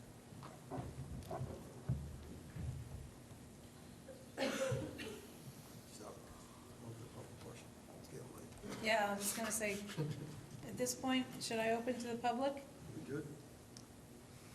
Okay. Oh, yeah, if you're asking me, I have no, yeah, certainly, I have no objection. I didn't know if you had No, no, something no, else no, that you, no, no. some rebuttal or, okay, at this point, I would open to the public. Please come forward, your name and address for the court reporter. Haven't seen no one come forward. I'd make a motion to close public portion. A second. All in favor? Aye.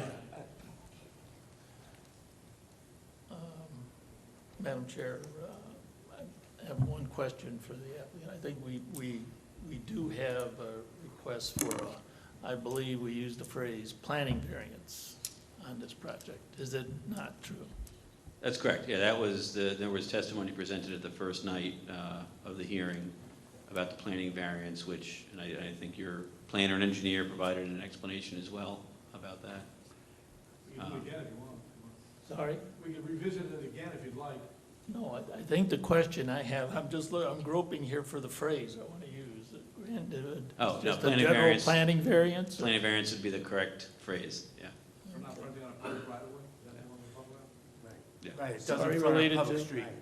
Just like all the rest of the applications that we've heard recently from Yeah. this applicant, they don't front on a public street. 40:55D, 35 and 36. They provided a testimony, it said that it's safe, they could provide emergency access, and that was the proof that they had to provide. And with the inner roadways, they can certainly do that in case of fire or emergency vehicle.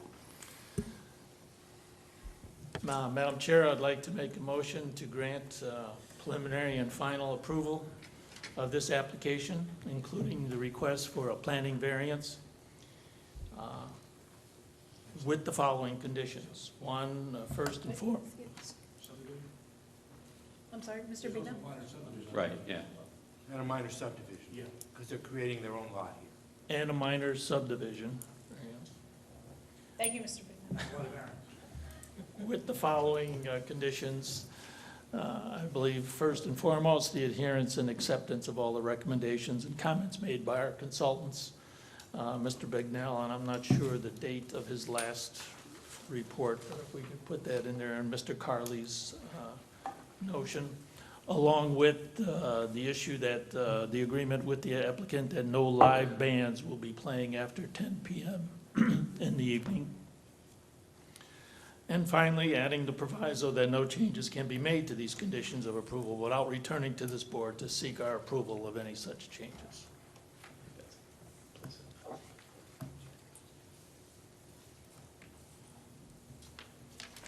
Second. And Ms. Ruggieri? Still thinking. I get, we're not adding any other conditions then? Nope, Have any? okay.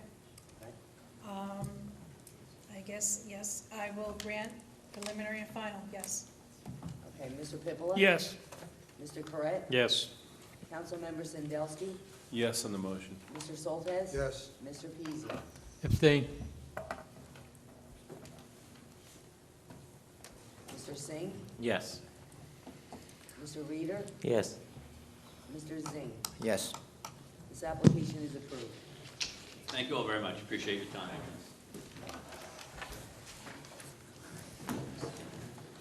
Okay, let's see now. Now we're back under new business. Do we want to take a break? Again, it looks like we're going to take a break. 5-minute break.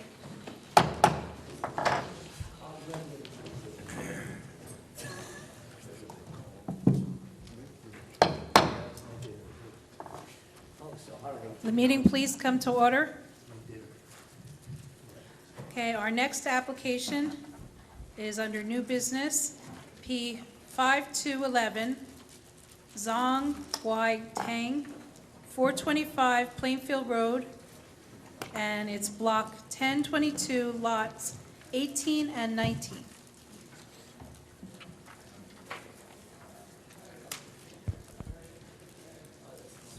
And I see the applicant is presented. Just, Mr. Fletcher, who's going Yes. to testify?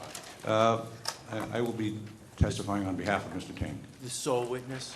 Yes. So you're the only one I have to swear in? Yes. Do you solemnly swear affirm the testimony about to give us the truth, the whole truth, and nothing but the truth? Yes, I do. Please state and spell your name for the record. That's Paul J. Fletcher, F-L-E-T-C-H-E-R. And you're testifying as an engineer and a planner? That's correct.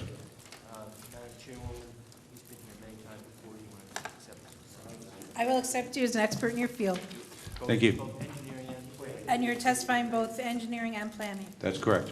and still licensed in the state of New Jersey for both? Yes, still in good standing. Very good, thank you. Thank you. Commence. We have two reports,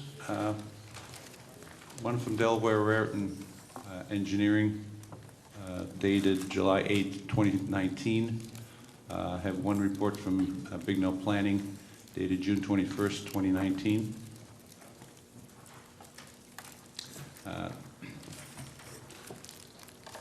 Subject property known as 429 Plainfield Road, lots 18 and 19 in block 1022. It's a property located in the RA zone. It is 36,774.8 square feet, or 0.844 acres. It's currently improved with a single-family house, which the applicant intends to retain. He proposes to subdivide the property into two lots, creating a vacant building lot at the corner of Plainfield and Homestead. The existing dwelling will remain. The access to the property will be changed such that the existing house will only have driveway access from Plainfield Road, and there'll be a new circular drive and a new garage door. The garage will face Plainfield as opposed to the side entry that's there right now. The proposed house that would be on the vacant lot would have a front-loaded garage with access from Homestead. The application creates two variances, and there are two existing conditions that are in violation.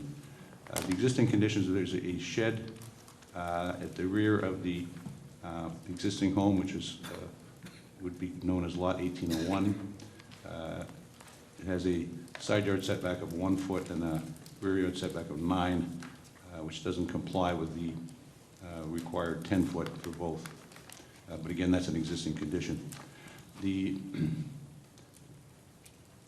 vacant building lot that we propose to create would have two variances involved. It would be lot area of 16,650.1 square square feet versus the 20,000 square feet that's required. And lot width along Plainfield, where 74.75 feet is proposed, and 100 feet is required in the RA zone.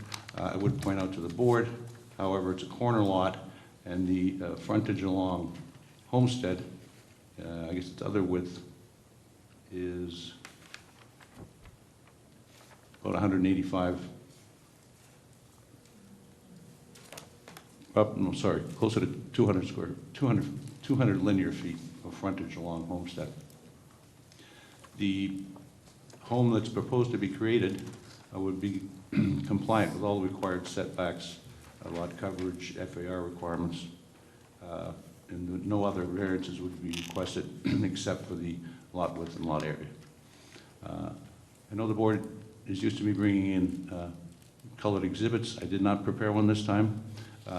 My testimony is that this is not in character with the neighborhood. The existing lot is easily the largest lot in the immediate neighborhood. Most of those are conforming 20,000 square foot lots. And we are essentially 92% of two conforming lots. So 36,774 square feet is 92% of what would be required to be fully conforming with regard to the subdivision proposed.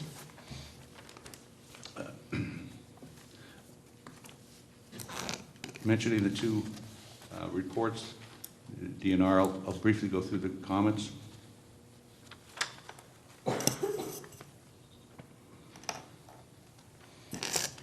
I'll start with page 1, plan comments. Number 2, we agree that we'll get the street asset addresses from the township tax assessor. 2, we will add a certification that the design meets the requirements for the pro-wagon ADA accessibility guidelines. Mr. Carley notes there's an existing fire hydrant on the northerly side. We'll show that on the proposed, on the revised plans if they are need to be revised. We will provide the requested details for curb and sidewalk. We are proposing curb and sidewalk across the full property frontage of both lots. If we traverse, there's a little area at the corner where the sidewalk clips the property line. We will, if we can't avoid that, we will provide the appropriate easement to the township. 2.6 talks about the fact that the Homestead Road is in poor condition and in disrepair. And we will comply with his request for ensuring that the appropriate stop intersection has been approved, and we will replace the sign and striping and repave, restore the property in Homestead across our frontage.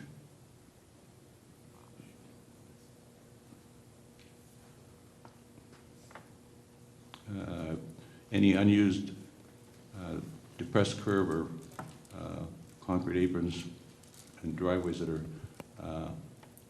unused will be abandoned and removed. 2.8.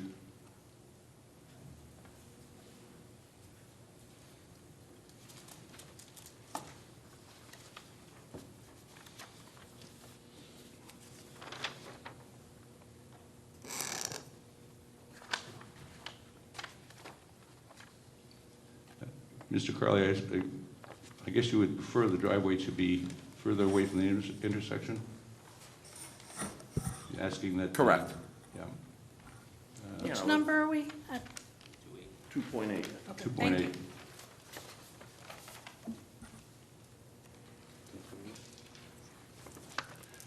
The applicant would comply with that request. We redesign the layout to have the driveway on the other side.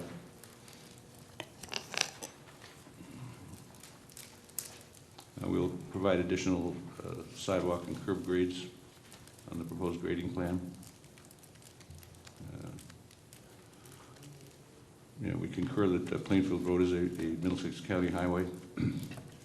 We will provide the appropriate Middlesex County details. And we will be applying for approval or exemption from the Planning Board of Middlesex County. 211 asks that we provide testimony. There is more than ample off-street parking to comply with the RSIS standards. And if not, I believe it's noted on the plan.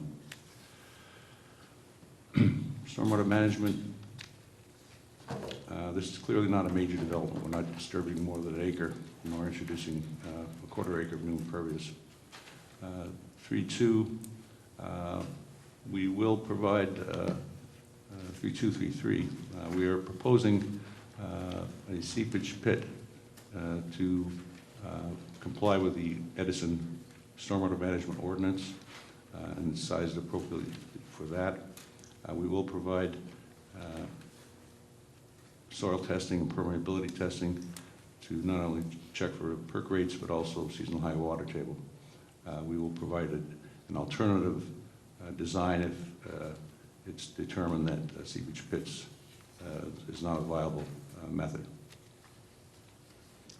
3.4 notes that there appears to be no freshwater wetlands, and I would concur with that. And 3.5, it's certainly that this is not in a flood zone.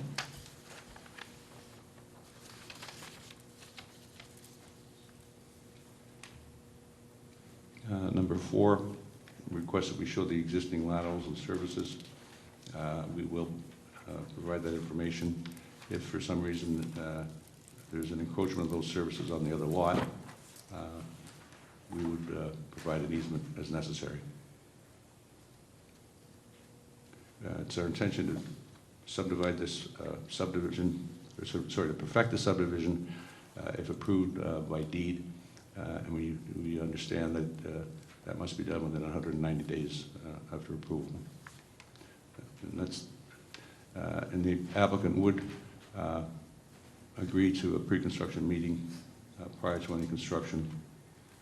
And this last comment about outside agencies, we will provide the Middlesex County, Freehold Soil, and the other internal agencies to Edison Township and any other agencies that would be required. Moving to Mr. Bignell's planning. Excuse me. Yes. You referenced, I think, to 2.7, Mr. Carley's concrete apron driveway. There's a massive amount of concrete which is going to be removed here. Yes. It doesn't show on the drawings. We're agreeing that all that excess concrete that's currently, that will become excess after you open the other entrance, will be removed off the site. Absolutely. Yeah. Yeah, if you And is look, that, Mr. Carley, is that your reference in your point? You referenced 2.7, Yes. concrete apron and driveway. I'm saying there's a massive amount of concrete. Oh, yeah, the existing dwelling is equipped with a very big driveway that accesses both Plainfield Road and Homestead Road. The plans show that all coming out. What I recommend is that the apron, if you go to sheet 2 of 3, the concrete apron that's shown remaining in front of proposed lot 19.01 on Plainfield Road be taken out also. we agree to that. And that way they'll just have the 2 drive cuts on Plainfield Road for proposed lot 18.01 and 1 drive cut on Homestead Road for proposed lot 19.01. Applicant agrees to all of that. Yes, he does.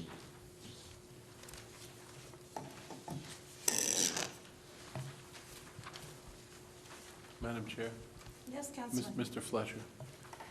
You saying you didn't give us the tax map, the crosshatch tax map, because all the lots in the neighborhood are conforming? Yes. Okay. And this would be the smallest lot in the neighborhood? It would, but my testimony would be will be that although it's slightly under the required 20,000 square feet, it's, I believe, de minimis in difference. It's like, it's 83% of what is required in the zone. And I believe that the fact that the existing lot, as it stands, is out of character. And that would be more in character to have one small lot in a traditional 100 by 200 lot than it does to have almost an acre lot amongst the smaller lots. You need lot width variance, frontage? Yes. You need two variances, a lot width and lot area. Lot area, and Yep. you're about 20% short lot area, right? 17. Yeah, rounded it up to 20. Okay, Yep. thank you. Mr. Soltis, did you have? Okay. Moving to Mr. Bignell's report. I just would point out this, Mr. Bignell identified a couple of variances for lot coverage, but that was on a prior revision. And so those have been removed. For total impervious on lot 1801, we're at 25.7 versus 30 required. And on the proposed lot 1901, we're at 16.5% versus the 30% that's allowed. If I could move to the plan review comments. A asked, as I mentioned before, approval by Middlesex County Planning Board and freehold soil. We will provide those approvals or exemptions. B, the garage doors on existing dwelling need to be more clearly shown. As I mentioned, and I will certainly provide that on revised plans, but currently the garage doors face Homestead. If this is approved, they will be closed up and new garage doors installed facing Plainfield. C, I believe we've addressed this with the current revision, where one dwelling is only connected to Plainfield and one dwelling only connected to Homestead. We will provide impervious coverage calculations and add trees as requested. E, Mr. Bignell's asking for each lot to have large growing shade trees. We will provide that. F, he's asking that approximately a dozen additional shade trees be added. We will provide that. He's asked for, in G, that a mix of 8-foot tall evergreen trees be used within the row of Leyland cypress. We would provide that.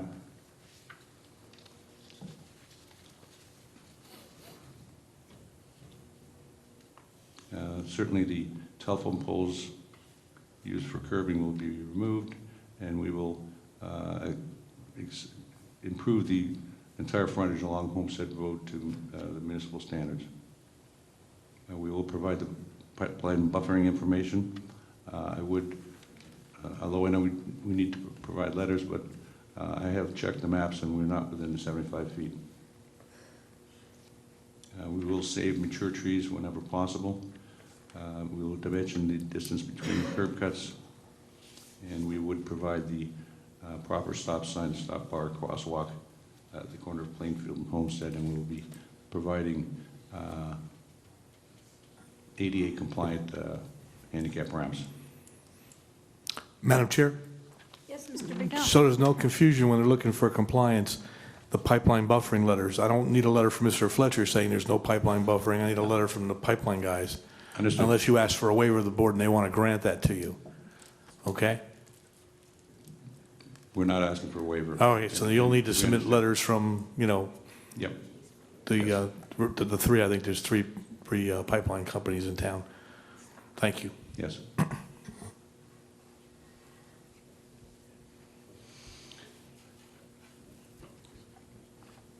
So although we are asking for two variances on the proposed lot, I believe the variances are essentially de minimis, and It will bring the lots more into conformance with the existing neighborhood pattern of development. I believe the board can grant these variances without detrimental effect to the zone plan or the master plan, and I don't see any adverse impact to the neighborhood, and I see no negative impact to the granting of these variances to allow a new home to be constructed.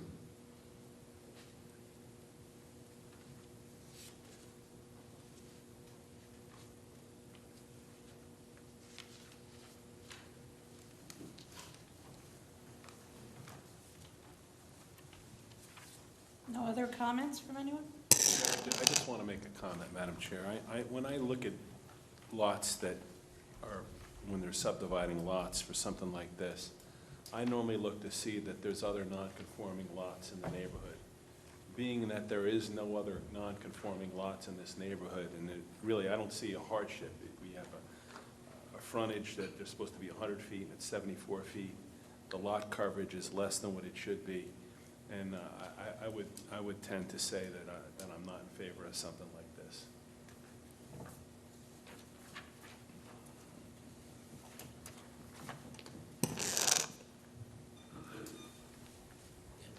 Can we ask them hardship about that? I would point out to the board, we clearly noticed to everybody within 200 feet, we put the appropriate notice. I don't believe there's anyone from the public here.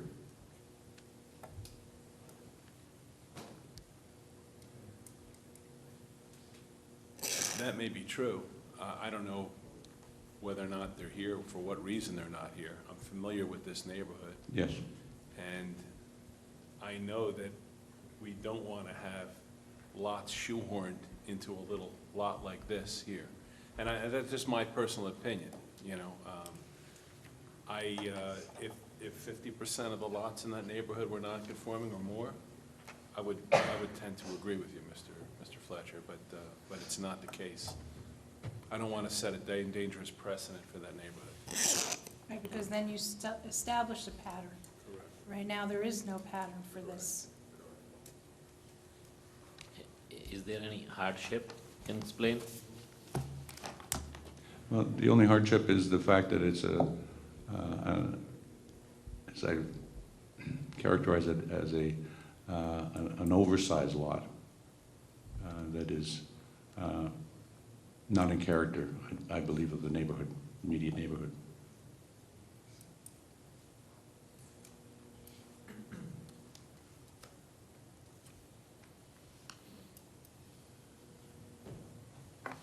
No, at this point, should I open to the public?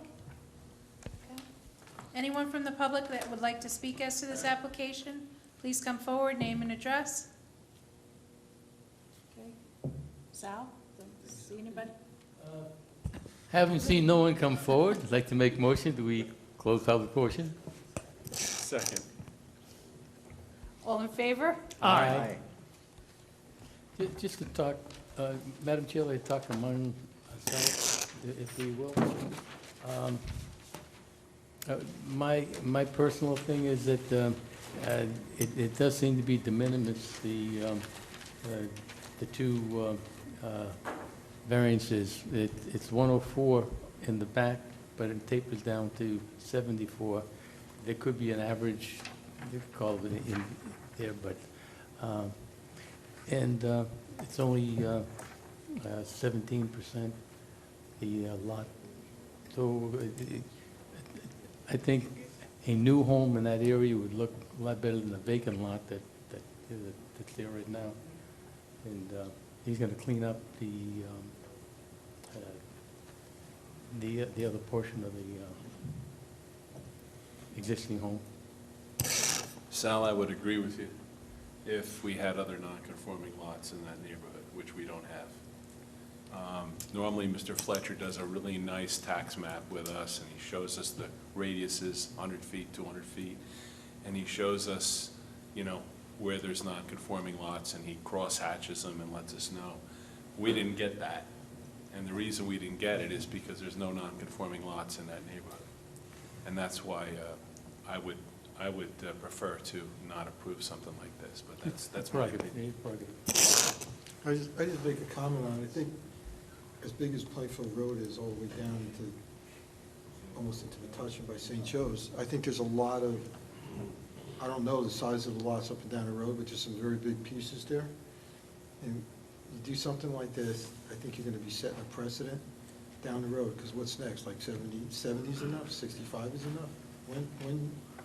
When will it stop? You know what I mean? The person that lives next door to me, he has an acre and a half acre zone. He didn't have a problem putting a $2 million house on it. You know, I think you'll be very careful with something like this, because you're setting a precedent, and somebody will take it to court, and we're gonna be jammed again with it. I think that's the only problem. And not for anything, if the area's not being maintained, like they have railroad ties in the public right of way. Once again, like I said in the last application, that's an enforcement issue. Okay. You send engineering out there, zoning out there, get the curbs set back, if the road's falling apart, then fix it. I mean, it's just, I think it's a very bad precedent. I do respect both of you. You know, I mean, that's the only thing I'm afraid of with it. It's like, I don't think it's a good idea, but that's just my opinion. Can I ask Attorney Rubin? I was listening for the positive criteria and positive and negative criteria, and I didn't really, other than Mr. Fletcher just saying that there was no negative impact, I didn't see what the public benefit was. I mean, I don't want to testify for the applicant. Right, it's a C1, You know. C1 Well, it could be a C1 or a or C2. C2. I mean, you know, there are cases that say oversized lots can be a hardship. But at the same time, you could argue, I think the applicant may be arguing that also the benefits of this subdivision outweigh the detriments, that better, as Mr. Pizzi said, to have not an oversized lot, to take this area that's on the corner and fill it in with the property. That's a debatable issue that the board must resolve. Sherry, just talking amongst ourselves, you know, like, if it was like 4 feet, 5 feet, I could see it. It's 25 feet right across the front. And the lot coverage is 17%. It's not No, the like, lot coverage, he eliminated the lot coverage variances. He's testified that both lot coverage would be below what's permitted. No, he's talking lot size, not coverage. lot size, I'm sorry. Yeah, the lot area and lot width are the only variance he's seeking. Right, right. And I'm aware of it. Right, I meant lot area, not lot coverage. Is there another lot across the street owned by the township, same size of this lot? Other side of the homestead in the corner? I think that's vacant lot there, same size of this lot. Next to the church, I think so. Thank you, Mr. Singh. I believe that is owned by Edison. I don't think, it's not as large as this applicant. Yeah, it's the same size of lot, it's vacant there.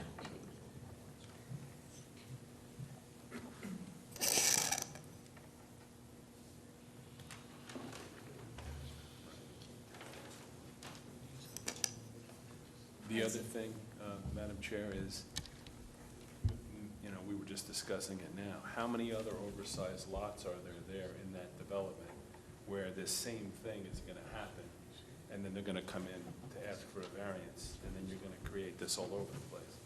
So, I mean, I personally prefer not to go down that road, in that neighborhood.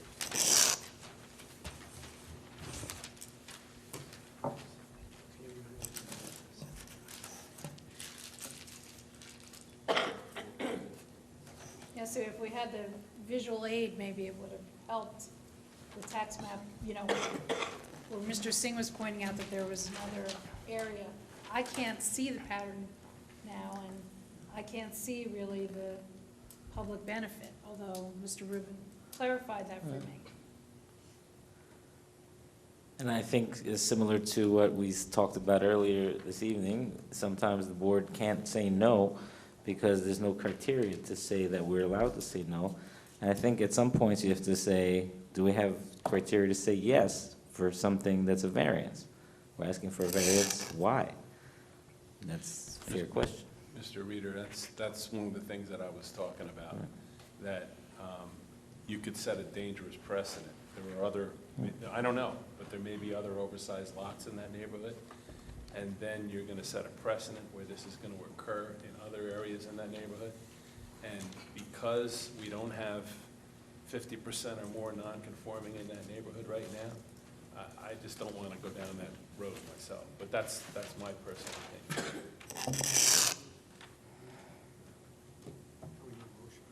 All right, so we would need a motion. Yes. Did we Sherry? ask for public comment? I think we Yes. did. We closed the public We did. Okay. Sherry, I'd like to make a motion to deny the application based on the two variances that are required and based on the fact that there are no other non-conforming lots in the neighborhood. I'll second it. Okay, Lillian? Okay, Ms. Ruggieri? Yes to deny the application. Mr. Pippola? Yes. Mr. Correct? Yes. Councilmember Sandelsky? Yes to deny. Mr. Soltesz? Yes to deny. Mr. Peasy? No. Mr. Singh? Yes. Mr. Reader? Yes. Mr. Zink? Yes. This application is denied.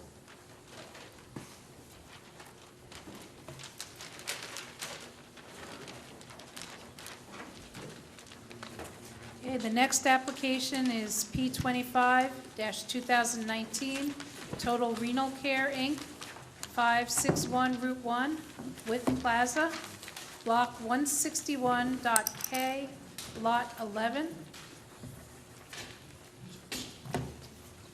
Good evening, Madam Chair, members of the board. For the record, Larry Cowan on behalf of the applicant, Total Renal Care, operating as DaVita. I've got good news for the board tonight, a few good items of news. One is we don't intend to take up all that much time. I don't have any acoustic witnesses. Not that they're boring, but they're time-consuming, as I've seen, as you've seen. Sir, The could other you state is your name again for me? Larry Callie, How do you spell that? C-A-L-L-I. The other good news is I lost my voice, which is awful for me. My wife loves it, but it'll keep me brief tonight. Thank you for having us. We do intend to be relatively brief, all kidding aside. It's a relatively simple application. Madam Chair, what I'd like to do is frame what I think we're doing here, who you'll hear from this evening, and the relief we seek, and then we'll call our likely first and only witness we have. So DaVita is a Fortune 300 dialysis company operating all around the country, significant growing presence in New Jersey. We have a lot of facilities in this area of the state and all over the state, both existing and coming up. We're a prospective tenant of a small portion of this shopping center property, about a 10,000 square foot portion of a pad that exists there today. We're going to occupy it for our dialysis treatment center. We're in the GBH zone, we're permitted use on this 20-acre site, and we're one of several tenants that's going to be here. Primarily what we're doing here is occupancy for our dialysis clinic. What brings us here is site plan review for our generator installation, and there is a delta loss of 2 parking stalls in this area. The site already has a parking shortfall in what we're calling the lease area on the site plan that you have for Flow Engineering. So we're cutting it down by 2 more parking spaces, which is a non-issue from us from an operational standpoint, which I'll explain shortly, and then turn it over to our site engineer. But by way of very brief background as to our user here. So DaVita treats patients 6 days a week, Monday through Saturday. We're open from 6 to 6, with the outside single hour of the AM and PM being our staff getting ready for that morning, or our staff getting ready for the next day. Within that day that we're operating, we see about 3 patient shifts. We don't get to see many patients, that's why we have a lot of facilities. We have 18 chairs. If you're not familiar with dialysis, but you've seen perhaps an oncology facility, a patient gets a chair and they're there for several hours getting treatment. It's exhausting. So a lot of these patients do not tend to drive themselves. They get dropped off by a loved one, husband and wife, mother, father, daughter, whatever the case may be. Patients are dropped off, some drive themselves, they come in for their treatment, they leave. Patients do not overlap with each other. So one patient leaving chair number 1 is not going to see the next patient coming for chair number 1. So it's very limited overlap, which makes it unlike a lot of other medical uses that you've seen. Staff is pretty lean, only about 8 to 10 in the building at any given time of staff. Refuse also pretty lean, typical office type waste use.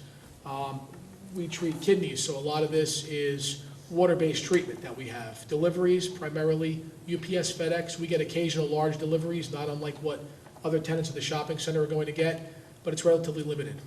Medical waste is retained inside in small containers. It's collected on schedule from private haulers. So overall, Madam Chair, members, relatively innocuous use that we propose here. The nice part about it is we're not increasing any parking demand here because in fact we're coming in lighter than a typical user would probably have for this 10,000 plus square foot box as far as need. Simply because our patients, a lot of them don't tend to drive themselves. But even at full capacity, we're well under the 40 heads in the building that match our parking spaces in the field. So with that said, Madam Chair, and I'll add one more thing. The generator proposal, a lot of times boards like to discuss why we have a generator. It's mandated by the DCA, so the state requires us to have a full standby generator in case there's power loss. So it's standard at all of our facilities. It's going to comply with all the Title VII noise requirements. Our site engineer will take you through that and offer testimony in connection with that aspect of the proposal. But oftentimes we're asked why a backup generator. If it's not apparent, the reason is primarily we're required to have them by the state. So with that, Madam Chair, what I'd like to do is call our first witness, Bill Lane, who's our engineer of record. He'll take you on a tour through the site, what we're changing, and then even the floor plan loop if you'd like to see it, but I'm not sure there's any questions on that. Sir, do you solemnly swear or affirm the testimony you're about to give is the truth, the whole truth, and nothing but the truth? Yes. Please state and spell your name for the record. William Lane, L-A-N-E. If you could qualify him, please. Sure. Bill, very briefly for the board, the benefit of your background, professional experience. Yeah, I've been with Menlo Engineering for 34 years. I've been a licensed professional engineer in the state of New Jersey for about 23 years. I've worked on 20 different DaVita projects over the last 5 years. I've appeared in front of 70, 80 boards, including this one many times. Done site plans throughout the state. We'll accept you as an expert in your field. Thank you. And you're just giving testimony as an engineer. That's Yes. correct. Bill, if you would, briefly walk the board through the site as it exists today and the limited changes where we're proposing to occupy for our DaVita user. Yes, the area that we're looking to develop is in the southwest corner of the Witt Plaza. The area is basically an acre out of the 21 acres that exist out there. We sit at the corner of Plainfield Avenue and Fulton Street. Off to the west is Plainfield Avenue. Up to the north and east is the remainder of the Witt Plaza. To the south is Fulton Street, along with Advanced Auto Parts and Outback Steakhouse. The site, as DaVita's looking to develop it, the existing building, the 10,560 square feet, is pretty much remaining the same. The existing facade's going to pretty much stay the same. A good majority of the site will remain. The existing trash enclosure is in good shape. That's going to remain. The storm sewer system that's on site, sanitary service, water service, that's all going to remain. The new changes that we're looking to do is we're looking to add a sidewalk from the southerly parking lot up to the main entrance in the southeast corner of the existing building. The second sidewalk that we're looking to redo is along the west side of the building that faces Plainfield Avenue, and that will lead to the expanded loading zone and the dumpster enclosure. With that, we're also adding the generator back there, and with the generator and the expanded loading zone, we're losing the 2 parking spaces that were already mentioned. So we're going from 42 parking spaces in this area down to 40. This building was an old hometown buffet. With that building, if you look at the parking demand for that and take half this building as patron area, you would need over 100 parking spaces because it's 50 spaces per square feet. So at over 5,000 square feet, you're looking at over 100 parking spaces. With DaVita, as we calculated through the ordinance under medical office, we would need 55 spaces. DaVita themselves, like I said, have done numerous sites of this, one right up the block in Metuchen. Anytime I've been out there and you go visit it, there's 13, 14 parking cars in the lot. So the demand is not very big at a DaVita. They'll have 10 employees. If they all drive, that's 10 spaces. Like I said, if every patient drove themselves, there would be another 18. But as we know throughout the history of these DaVitas, not everyone drives themselves. Very few drive themselves. So even if that did occur, that's 28 spaces. So we have more than enough parking for this operation and facility. With the generator, it sits on a 5x15 pad just to the west of the building. It's going to be in a fenced-in enclosure. It'll be housed in an aluminum closure. It'll be tested once a week for 30 minutes. Normally during the week, during the day, it'll conform to all the Edison noise standards in the state, which are pretty much the same. It's 65 decibels at the property line. So the generator will conform with that. The building, like I had mentioned, the exterior is pretty much going to stay the same. The color is going to be the same. It'll be beige. It'll have that red brick tile along the bottom that exists. And the roof, if you've been out there, you can see it's like a bluish, grayish that's going to remain. The two things that will be different on the facade will be two new DeVita signs. There'll be one that faces Fulton Street and another one that faces the Wick Plaza to the east. And as you draw a box around the DeVita sign itself where it says, it's big letters of DeVita, and there's a star over where the I is, that dots the I, that'll be 63 square feet. The lettering isn't that big, but if you draw the box around it, the letters are blue and the star is yellow for color. And that's pretty much it as far as the site. Interior-wise, the entrance is in the southeast corner of the building. That leads into the waiting area and the admissions office. As you travel north in the building, up in the northeast corner of the building inside, that's where there's 18 chairs. That's where the dialysis takes place. Off to the western side of the building, that's where we have our offices, our lounges, storage facilities, the entrance to the loading zone, and all the mechanical rooms and any kind of storage. Do you anticipate any difficulty, Bill, with our deliveries accomplishing, maneuvering the site, considering it's an existing pad, existing structure, and commercial center? No. Thank you, Bill. That's all I have, Madam Chair. Madam Chair, I'd just like to say I know their operation in Metuchen. It's a very clean operation. And I was aware that the hometown buffet was there, and I know it's going to be less of a traffic demand, less of a parking demand, like you said. And very well-maintained building. It was a former Blockbuster video building they had over Yes, there. it They was. renovated. That's right. Is DeVita a franchise? Is that what it is, or? It's a Fortune 300 company that's still, there's only one 10% or greater owner, it's Warren Buffett, so it's still a held company, DeVita, based out of Denver, Colorado. So it's owned by the same people? That's right, yes. Okay. Madam Chair? Go ahead, what were you going to say? Is this considered a different trade area than the Metuchen? No, this is DeVita's primary business, Midwest to the East Coast. It's dialyzing patients, dialysis care. So this is going to be the exact same operation at what you've seen at that old Blockbuster video site. But what I'm getting at is how many of these do you need for a particular market area? This type of deal. It depends. What DeVita does is they track the medical need in different communities, and it depends on typically density populations, age of population, how close or far you are from the hospital. Right. What's that? Yeah. So I don't know how you'll see other ones around here. Right now, I can tell you that there's ones coming up in Manahawkin, down in Stafford Township. We've got one that's about to open at Paramus shortly, one in Sayreville. The issue is, you've seen the size of these buildings. It's hard to put a lot of patient chairs in them, so we can only treat so many patients at these facilities. So they tend to go wherever the medical needs are in a given community.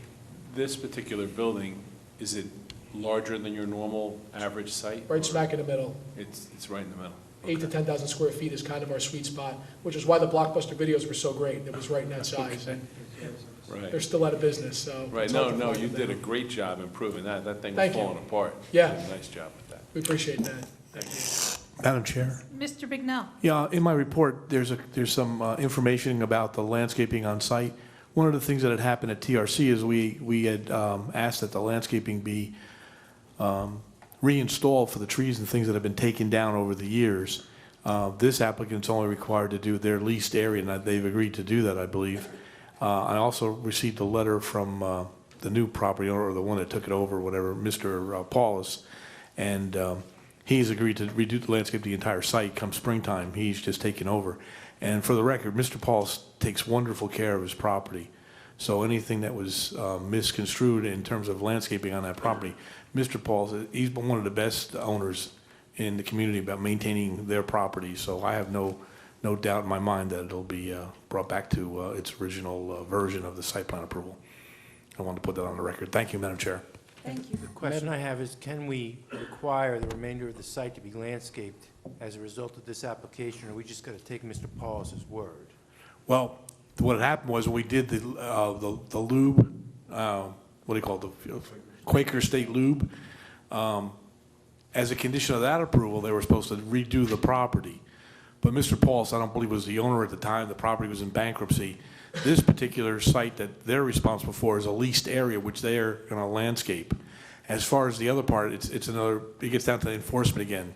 Normally you're supposed to maintain your property. He's agreed to go back in now, since he's got control of it, and redo the property. So it's not something that needs to be part of this approval, but I wanted to put on the record that he's gonna do it. That's the clarification Okay. I need. Thank you. Madam Chair, I just want to reiterate the letter that we got from WIC, and they did repave half that parking lot in front of certain stores, and I think he said in there that in the spring, they're going to redo the rest of it. And I have no doubts that they will do that, because they are, like you said, they're good property owners. And they do maintain their properties very well. They also have Town Mall, which is another one of their properties. Madam Chair? Yes, Mr. Peasy. I just want to state that, Ms. Kelly, I appreciate the information you gave us. I have just a little question. Are you a principal, or are you just the attorney, or? I'm just an attorney. I'm not smart enough to be in the medical field. I'm sorry? I'm just an attorney. Just an attorney? Yet you were giving testimony to the, Well, I'm trying to give a proffer. I'm trying to spare my sick regional operating director witness from DeVita to testify this evening if I could, who's ill and had to find a 24-hour pharmacy to fill a prescription. I'm not kidding. So I'm trying to spare our director from testifying. So I'm not testifying. I'm giving you a proffer. And if the board's inclined to want sworn testimony, we certainly could call our witness from DeVita. if she says, I agree with everything he said, that would be fine. I agree with everything he said. I've never heard that before, so I'll take it. And I would just add one qualification for the record. I appreciate Hank's comment, and this is not for the board to really get too bogged down in, but we've also discussed with our landlord who's going to be doing what, and us being just a tenant of a portion of a premises, a box, we're not landscaping that 1 acre lease area. Our landlord has agreed to do that. So, but nevertheless, it is going to be done from what I understand. Madam Chair, and then the maintenance will be part of your common area, or do you have to maintain it? There's maintenance of the tree installations and the plantings. Landscaping. That's a landlord issue. So I'm that's sure part of I'm your- sure it'll be passed through us through CAM That's part of your charges, CAM. but Yeah. yeah. Okay, that's what I thought.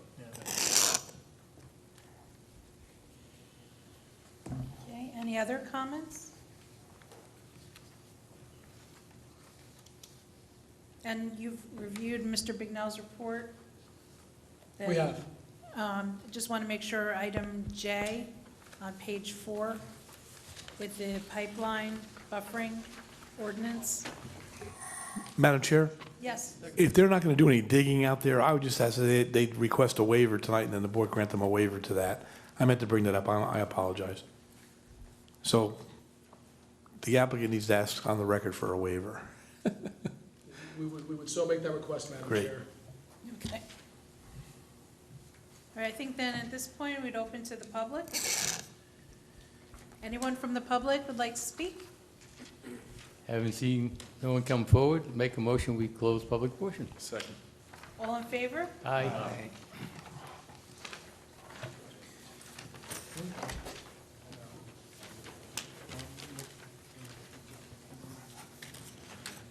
Madam Chair, I'd like to make a motion to grant preliminary and final approval of this application, including the requested variances, the existing variances for maximum building coverage, maximum impervious coverage, Are we and FAR granting requirements. variances for the whole property?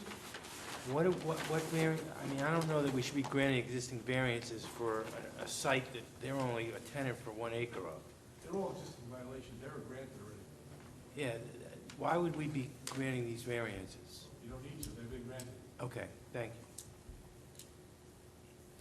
The parking, you want to grant the variance for parking? Is granting parking because they they're losing 2 spots, but they need 55 and they're only gonna have 40. But they're reducing the overall for site, which was already undersized. Madam Chair, you request this application be approved, including the requested variances for parking spaces. Providing 40, they need 55. And also the requested pipeline variance waiver request that was made by the applicant.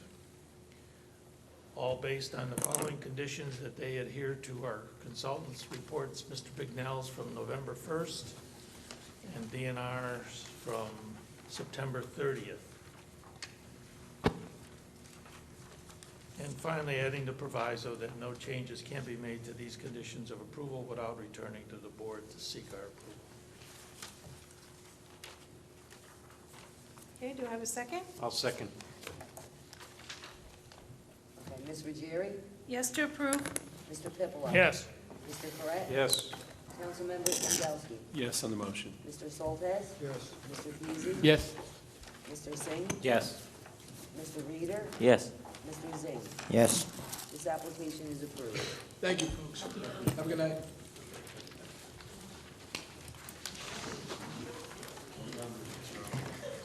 So now we're going back to page 1 to the redevelopment for the presentation of Mr. Bignell of Golden Mall redevelopment plan. Mr. Bignell had graciously agreed to go last, so I had to stay anyway, Madam Chair. If you're ready. Madam Chair, if you'll remember, we did a need of rehabilitation, redevelopment plan for 1696 Oak Tree Road. The board approved that, I believe, back in June for the existing property. I think it was called Golden Mall at the time. And what the applicant has done now is, I guess they went back and saw how it was contaminated, had a lot of issues with it. And to make it more profitable, they asked that the township consider redevelopment, which we did. And we found it in need. So the next step in that process is to come up with a redevelopment plan. And the resolution creating the need was granted by, or created by the council in June 26th of 2019. As you know, by statute, the redevelopment plan is the need of is granted by municipal council. That has been done. In response to conditions affirmed by the planning board, we did that hearing that night, and they agreed to all our comments and our conclusions and stuff. We've been through so many of these. I'm not sure I need to go through the sequence of approvals and stuff. All I will say is that the township council's resolution designated all of the study area as a non-condemnation redevelopment area. That stuff has been submitted down to New Jersey Department of Community Affairs. And then the council has authorized preparation of a draft redevelopment plan, and that's what we're doing here tonight. And our goal is to create the plan and make sure that it's still consistent with our master plan. And we've done that. The property that we're talking about tonight was for non-condemnation redevelopment. It was block 546I, lot 37, 1696 Oak Tree Road, which was 7.65 acres, and it was known, property owner of record is J.K. Estates, which is an Island address. Our plan provides the outline of the property. As you can see, it's a big, right now empty parcel of land.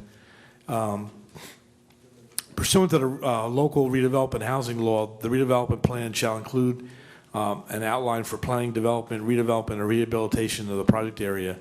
Its relationship to definite local objectives to the appropriate land uses, density of population, and improved traffic and public transportation, public utilities, recreational, community facilities, and other public improvements. The proposed land use and building requirements for the project area has to be provided. Adequate provisions for any kind of temporary or permanent relocation of anybody working on the property. That wasn't the case here. Identification of the property, which we've done, any significant relationship to the redevelopment plan, like the master plan of the county, the state development and redevelopment plans, the State Planning Act, have all been included in this report. The plan objectives basically were to stimulate economic investment in a redevelopment area, which is a township-wide goal in the Edison Township Master Plan, to improve efficient use of land which can effectively redevelop for township's economic benefit, which is also a goal of the Edison Master Plan, to revise the land use regulation controlling the redevelopment area to allow for an appropriate mix of uses, to improve the physical appearance of the redevelopment area through appropriate site design, to remediate to the greatest extent possible the environmental concerns of the site, including maintaining the ability to monitor and treat groundwater contamination from previous operations, to provide sufficient and ordinance-compliant parking, to provide housing opportunities for adults and senior citizens at affordable rates and at appropriate densities in code compliance, preserve space for retail, commercial business expansions, prominent locations within the township, Oak Tree Road, commercial engine, and prevent the loss of business to other municipalities, to preserve open space through redevelopment of existing facilities with flexible zoning, to improve traffic circulation and safety on Oak Tree Road corridor with traffic control and intersection improvements, and to provide walkable mixed-use development to decrease auto trips that are generated, and to update and revise specific development goals for the site to include age-restricted residential, which was not envisioned with the original 2001 master plan. The property, as I said, is rectangular. It's 7.65 acres, fronting on the north side of Oak Tree Road. It's approximately 667 feet wide and 500 feet deep, and generally opposite the Dayton Drive. Historically, the property was vacant in 1940, 1947. It was turned into Air Products Corporation for acetylene and as an oxygen plant. I guess back in those days, everybody didn't have gas in the streets. They had the tanks at their house, so they needed to be filled, and so that's why the use was created. There has been contamination there. It's been monitored, and there's an amended deed notice on the property. As of April 2019, several pieces of construction equipment and other things were on the site, debris and trash, tractor trailers, things like that, that'll be coming off the site. Surrounding land uses include residential, strip mall, commercial, self-storage, things of that nature. There's a mixed retail and commercial, and multifamily apartments are located on Dayton Drive right across the street. And the redevelopment area is one of the last undeveloped parcels of sizable land within the center of the Oak Tree Road corridor.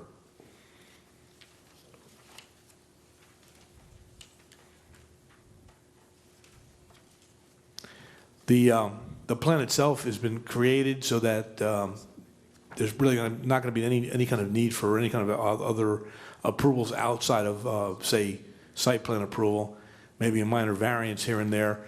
The plan does not allow for any kind of D variances or changes in the use. That would have to go back and start the process all over again in terms of the plan and what would be permitted there. The plan takes into consideration design standards for, but not limited to, like landscaping, lighting, buffering, screening, street trees, curbing, sidewalks, parking, tree replacement, steep slopes, stream bank encroachments. It basically complies with our ordinance. So we've written it so that we're not really changing the setbacks and things like that. One of the things we are allowing, though, we're going to allow for age-restricted senior housing for persons 55 years or older. They'll have to comply with all the laws that create that, and there'll also be mixed uses, commercial, retail, restaurants, ground floor commercial. There's grocery stores, professional offices, not to exceed certain square footage, medical office, and some structured parking. Prohibited on the site are things like hotels, motels, drive-throughs, nightclubs, adult uses, smoking clubs, industrial manufacturing, anything that would create noises, fumes, vibrations, or similar disturbances determined by the zoning officer, given the power to determine that for residential quality of life, so there's no confusion with the plan. The setbacks and all that stuff is pretty basic for what our ordinance allows for these types of uses in the town. The off-street parking, they'll exceed that. It's basically 1 per 250 for the commercial. It's RSIS standards for the residential component of the site. All the driveways, design, parking lot designs, things like that shall be in accordance with our standards and our ordinance. Same thing with the setbacks from the front property lines, the rear property lines. They'll also have to provide designated fire lanes and parking markings and things of that nature. The site lighting conforms to all the current land use ordinance requirements except where modified herein. What we did was we don't want any kind of sky glow or anything like that. We don't want to affect anybody. So all the lights that are in the rear of the property will be at 14 feet, 12 feet on the building, so they're very low. There's no 30-foot lights back there. Only the 30-foot is in the front parking area, which would be a standard thing. The illumination is 0 foot candles at the property line, and it won't exceed 0.5 foot candles throughout the site. So there's not going to be any kind of major lighting on that property. The trash and things of that nature has to be designed so that the vehicles can maneuver full-size tractor trailers for delivering and things like that for the restaurants. So there's no problems with conflicting with movements in the parking area and things of that nature. So there's a free flow of traffic and garbage trucks and things of that nature, emergency vehicles. Signage is, we've allowed for signage for the facade signs of the building not to exceed 100 square feet for the uses. There's some freestanding signs that are permitted. There are signs that are allowed to have, I think, 2 freestanding signs for commercial properties for shopping center. No sign shall be higher than 30 feet. The maximum width is one side of the sign shall not exceed 15 feet. Setbacks are 15 feet from all property lines, which are all in our ordinance. We kind of like mimicked our ordinance. We're not really giving away a lot, but we're just allowing them to increase what they can do on site. Same thing with the landscaping, with the buffering. They have to create the 25-foot buffering. There's also a service area back there. There's an 8-foot fence, and it was all part of that original approval, so that's not really going to change very much. It's going to be nice the way it was when we approved it. They have to also, put an irrigation system in for the plantings. They have to comply with all the tree requirement ordinance. So if they can't plant the trees, they got to pay for the trees. We're not giving them a break on that. They have to make sure that they take care of their transformers, their generators. All that stuff has to be enclosed with decorative concrete block enclosures, self-closing gates, things that so it makes the property look nice and not too sloppy. The age-restricted stuff shall be in compliance with the 55 and older. I think the 62. There's the federal law, the U.S. Fair Housing Act takes into all that. That's all been included in the plan.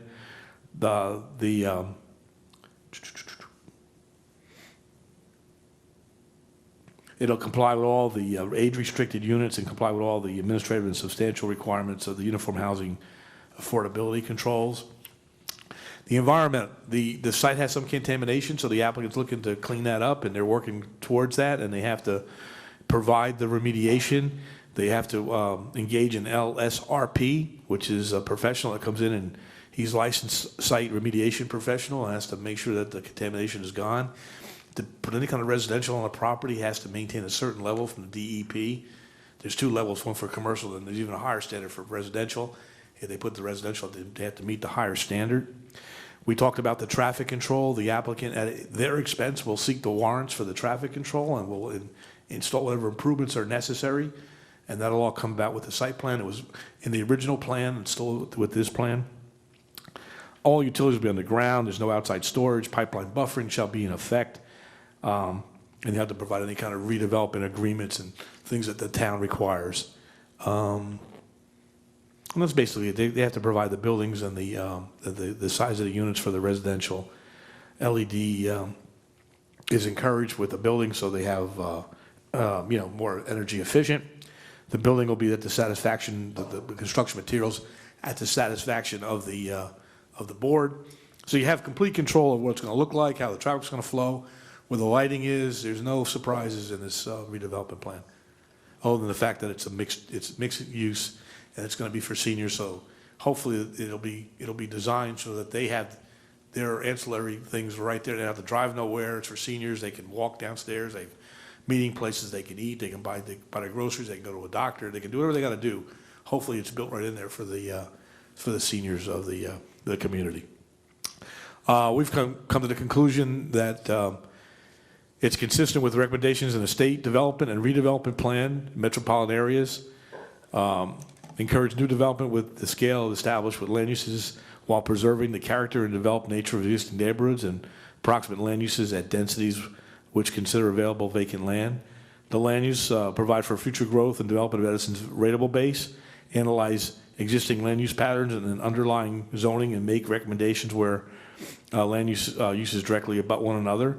Encourage the development of creative senior citizen housing, which we've done. Discourage the construction of isolated housing developments separate from employment and shopping. So we've kind of like added that to this plan.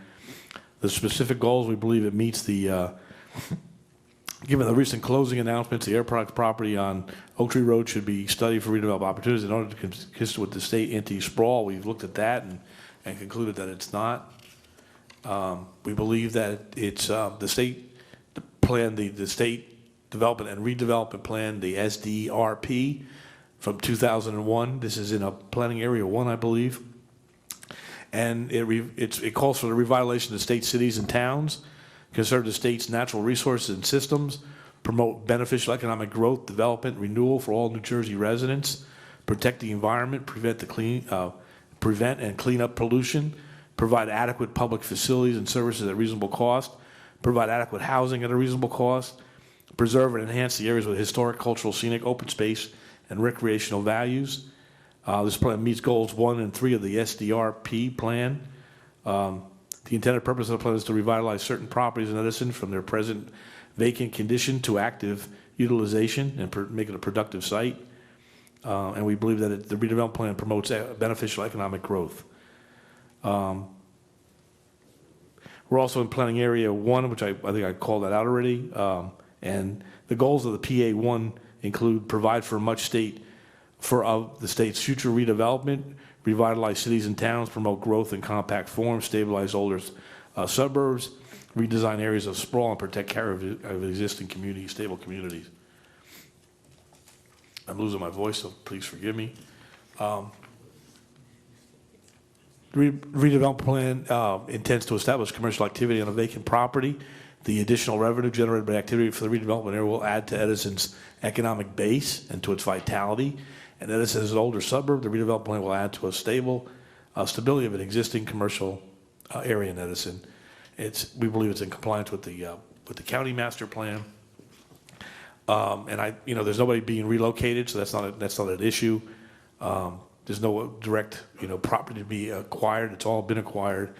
There is the senior housing portion, and with that, I believe that we've met all the conditions and provided all the necessary documentations to allow the redevelopment plan to be sent to council for their approval and adjustments to our zone plan.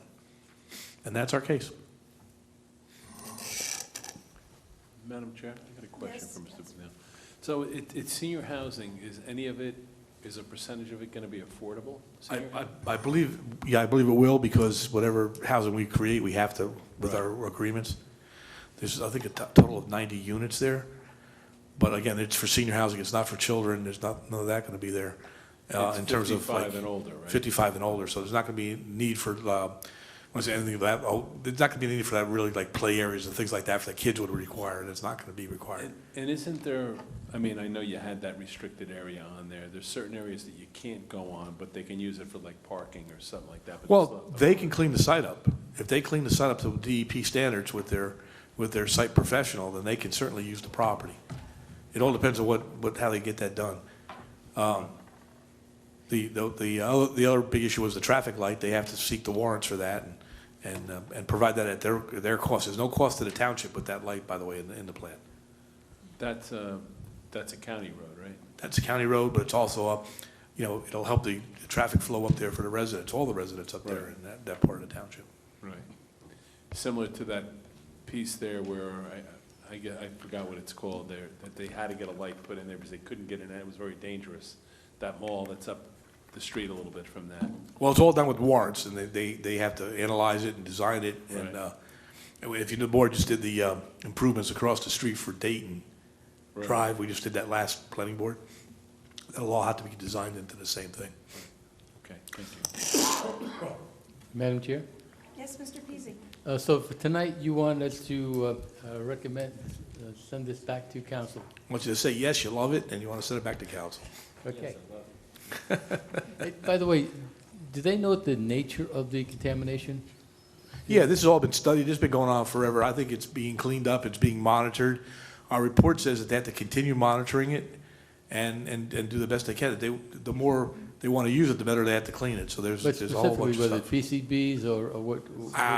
You know, how that's in the old plan, I know it was a part of the need of redevelopment plan, Yeah, and I didn't bring that with me, so okay. offline, I can let you know what's on the contamination with that report, because they did share it with us when we did the need of.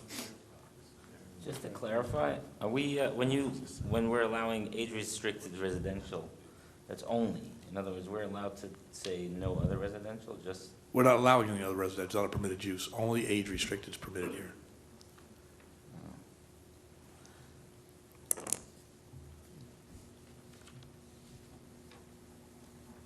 We good?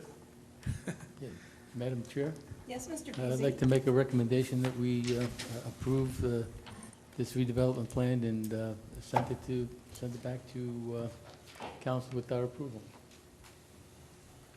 Okay, do I have a second? I'll second that motion. And do we do an individual vote, Lillian? Yes. Okay. Ms. Ruggieri? Yes to send to council? Mr. Pippola? Yes. Mr. Correa? Yes. Councilmember Sindelsky? Abstain to vote at council? Mr. Soltez? Yes. Mr. Peasy? Yes. Mr. Singh? yes. Mr. Reader? Yes. Mr. Zing? Yes. Approved to go back to council.